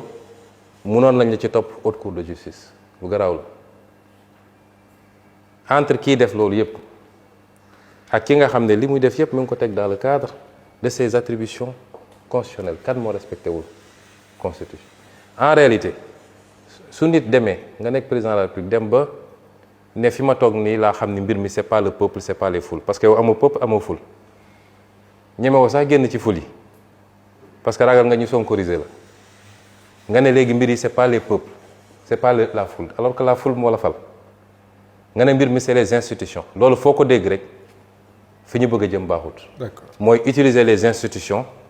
contre d'autres personnes qui détiennent la légitimité jël ay institutions di leen jouer le rôle li nga mënul am ci politique nga ne na ma ko institutions yi defal nañ ma dalal ci kaw diw nañ ma éliminer candidature diw foo dégg ko wax loolu rawatina président de la République mooy moom xam na ni élection mënu faa dem am dara léegi nag naka laay instrumentaliser te li ñu dal diggante 2021 ak 2024 yëpp lan la woon instrumentaliser les institutions contre la légitimité ndax yàlla xam na ni légitimité bi yàlla Pastef la ko joxoon ak Ousmane Sonko la preuve bi ñu demee ba gàllankoor Ousmane Sonko Sénégal yëpp dañ doon wax ni su désigné woon Buri Jaxate sax mu nekk président xam naa ni sax présidente laa waroon désigné moo gënoon wóor mais loolu lañ doon wax nga utiliser les institutions contre la volonté populaire yooyu la gars yi di bëgg a toggaat di ko andi ak essayer utiliser naan diw moom dafa yaru diw yaru gis nga ñun soxlawuñu yar ak ñàkk yar fii kenn ñàkk ko yar man de kenn du toog ba dégg ma saaga wala ma xaste am naa nag sama fulla am naa sama tempérament ku nekk ni yàlla bindee damm los ak laxal baat taxul nit yaru li nit di def ci suuf ñun lu ñu soxla mooy la ñu wax a teg askan wi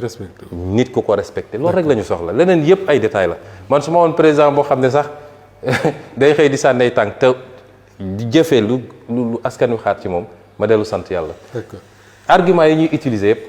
dafa am lu ñuy préparer c'est des arguments préparatoires man nag dinaa la wax dialogue des institutions fa laay daanele dialogue des institutions mi ngi am tout le temps ndax chaque jour su proposition de loi amee damay bind président mu tontu ma bu dee commission d'enquête damay bind ministre de la justice mu tontu ma président bu buggee envoyer projet de loi da koy envoyer fii ñu gérer ko bu ma nee lii c'est urgent ma programme ko en urgence su dee baax na ci réew mi ñu woteel ko sans hésiter donc dialogue boobu am na te xiiroo amul ngaayoo amul bu ñu demee ba jàpp ni d'accorduñu am na àttekat président mën na ko fa yóbbu député yi mën nañ ko fa yóbbu kon problème amul mu des nag diggante moom ak man bi ñuy mujjee wax am na lu ma ko wax bu la gaa yi ngem nax la ne la demal dal ci kaw Ousmane Sonko mënoo ci am ndam benn ñaareel bi mënuma laa yéene lu bon te duma la mus a def lu bon wala lu ñaaw réew mi ñoo ko bokk lu munti am même su ma nekkuloon dara ci réew mi dem toog boo ma woowee laaj mi sama xalaat ma ne lii moo ci sama xalaat kon jàppal ni yéene bi ñu amoon ci yow ba andi la fii yéene googu tey mi ngi fi ba léegi te yéene gi du yow sa jëmm man tànnuma la parce que tu es le plus beau ou le plus jeune ou le plus sage su doon loolu wala damaa bokk ak yow deret su doon loolu am na ñeneen ñu ma mën a tànn mais yaakaar gi ma amoon ci yow c'est par rapport au pays le Sénégal man Moustapha lu ma booleeg nit rek Sénégal la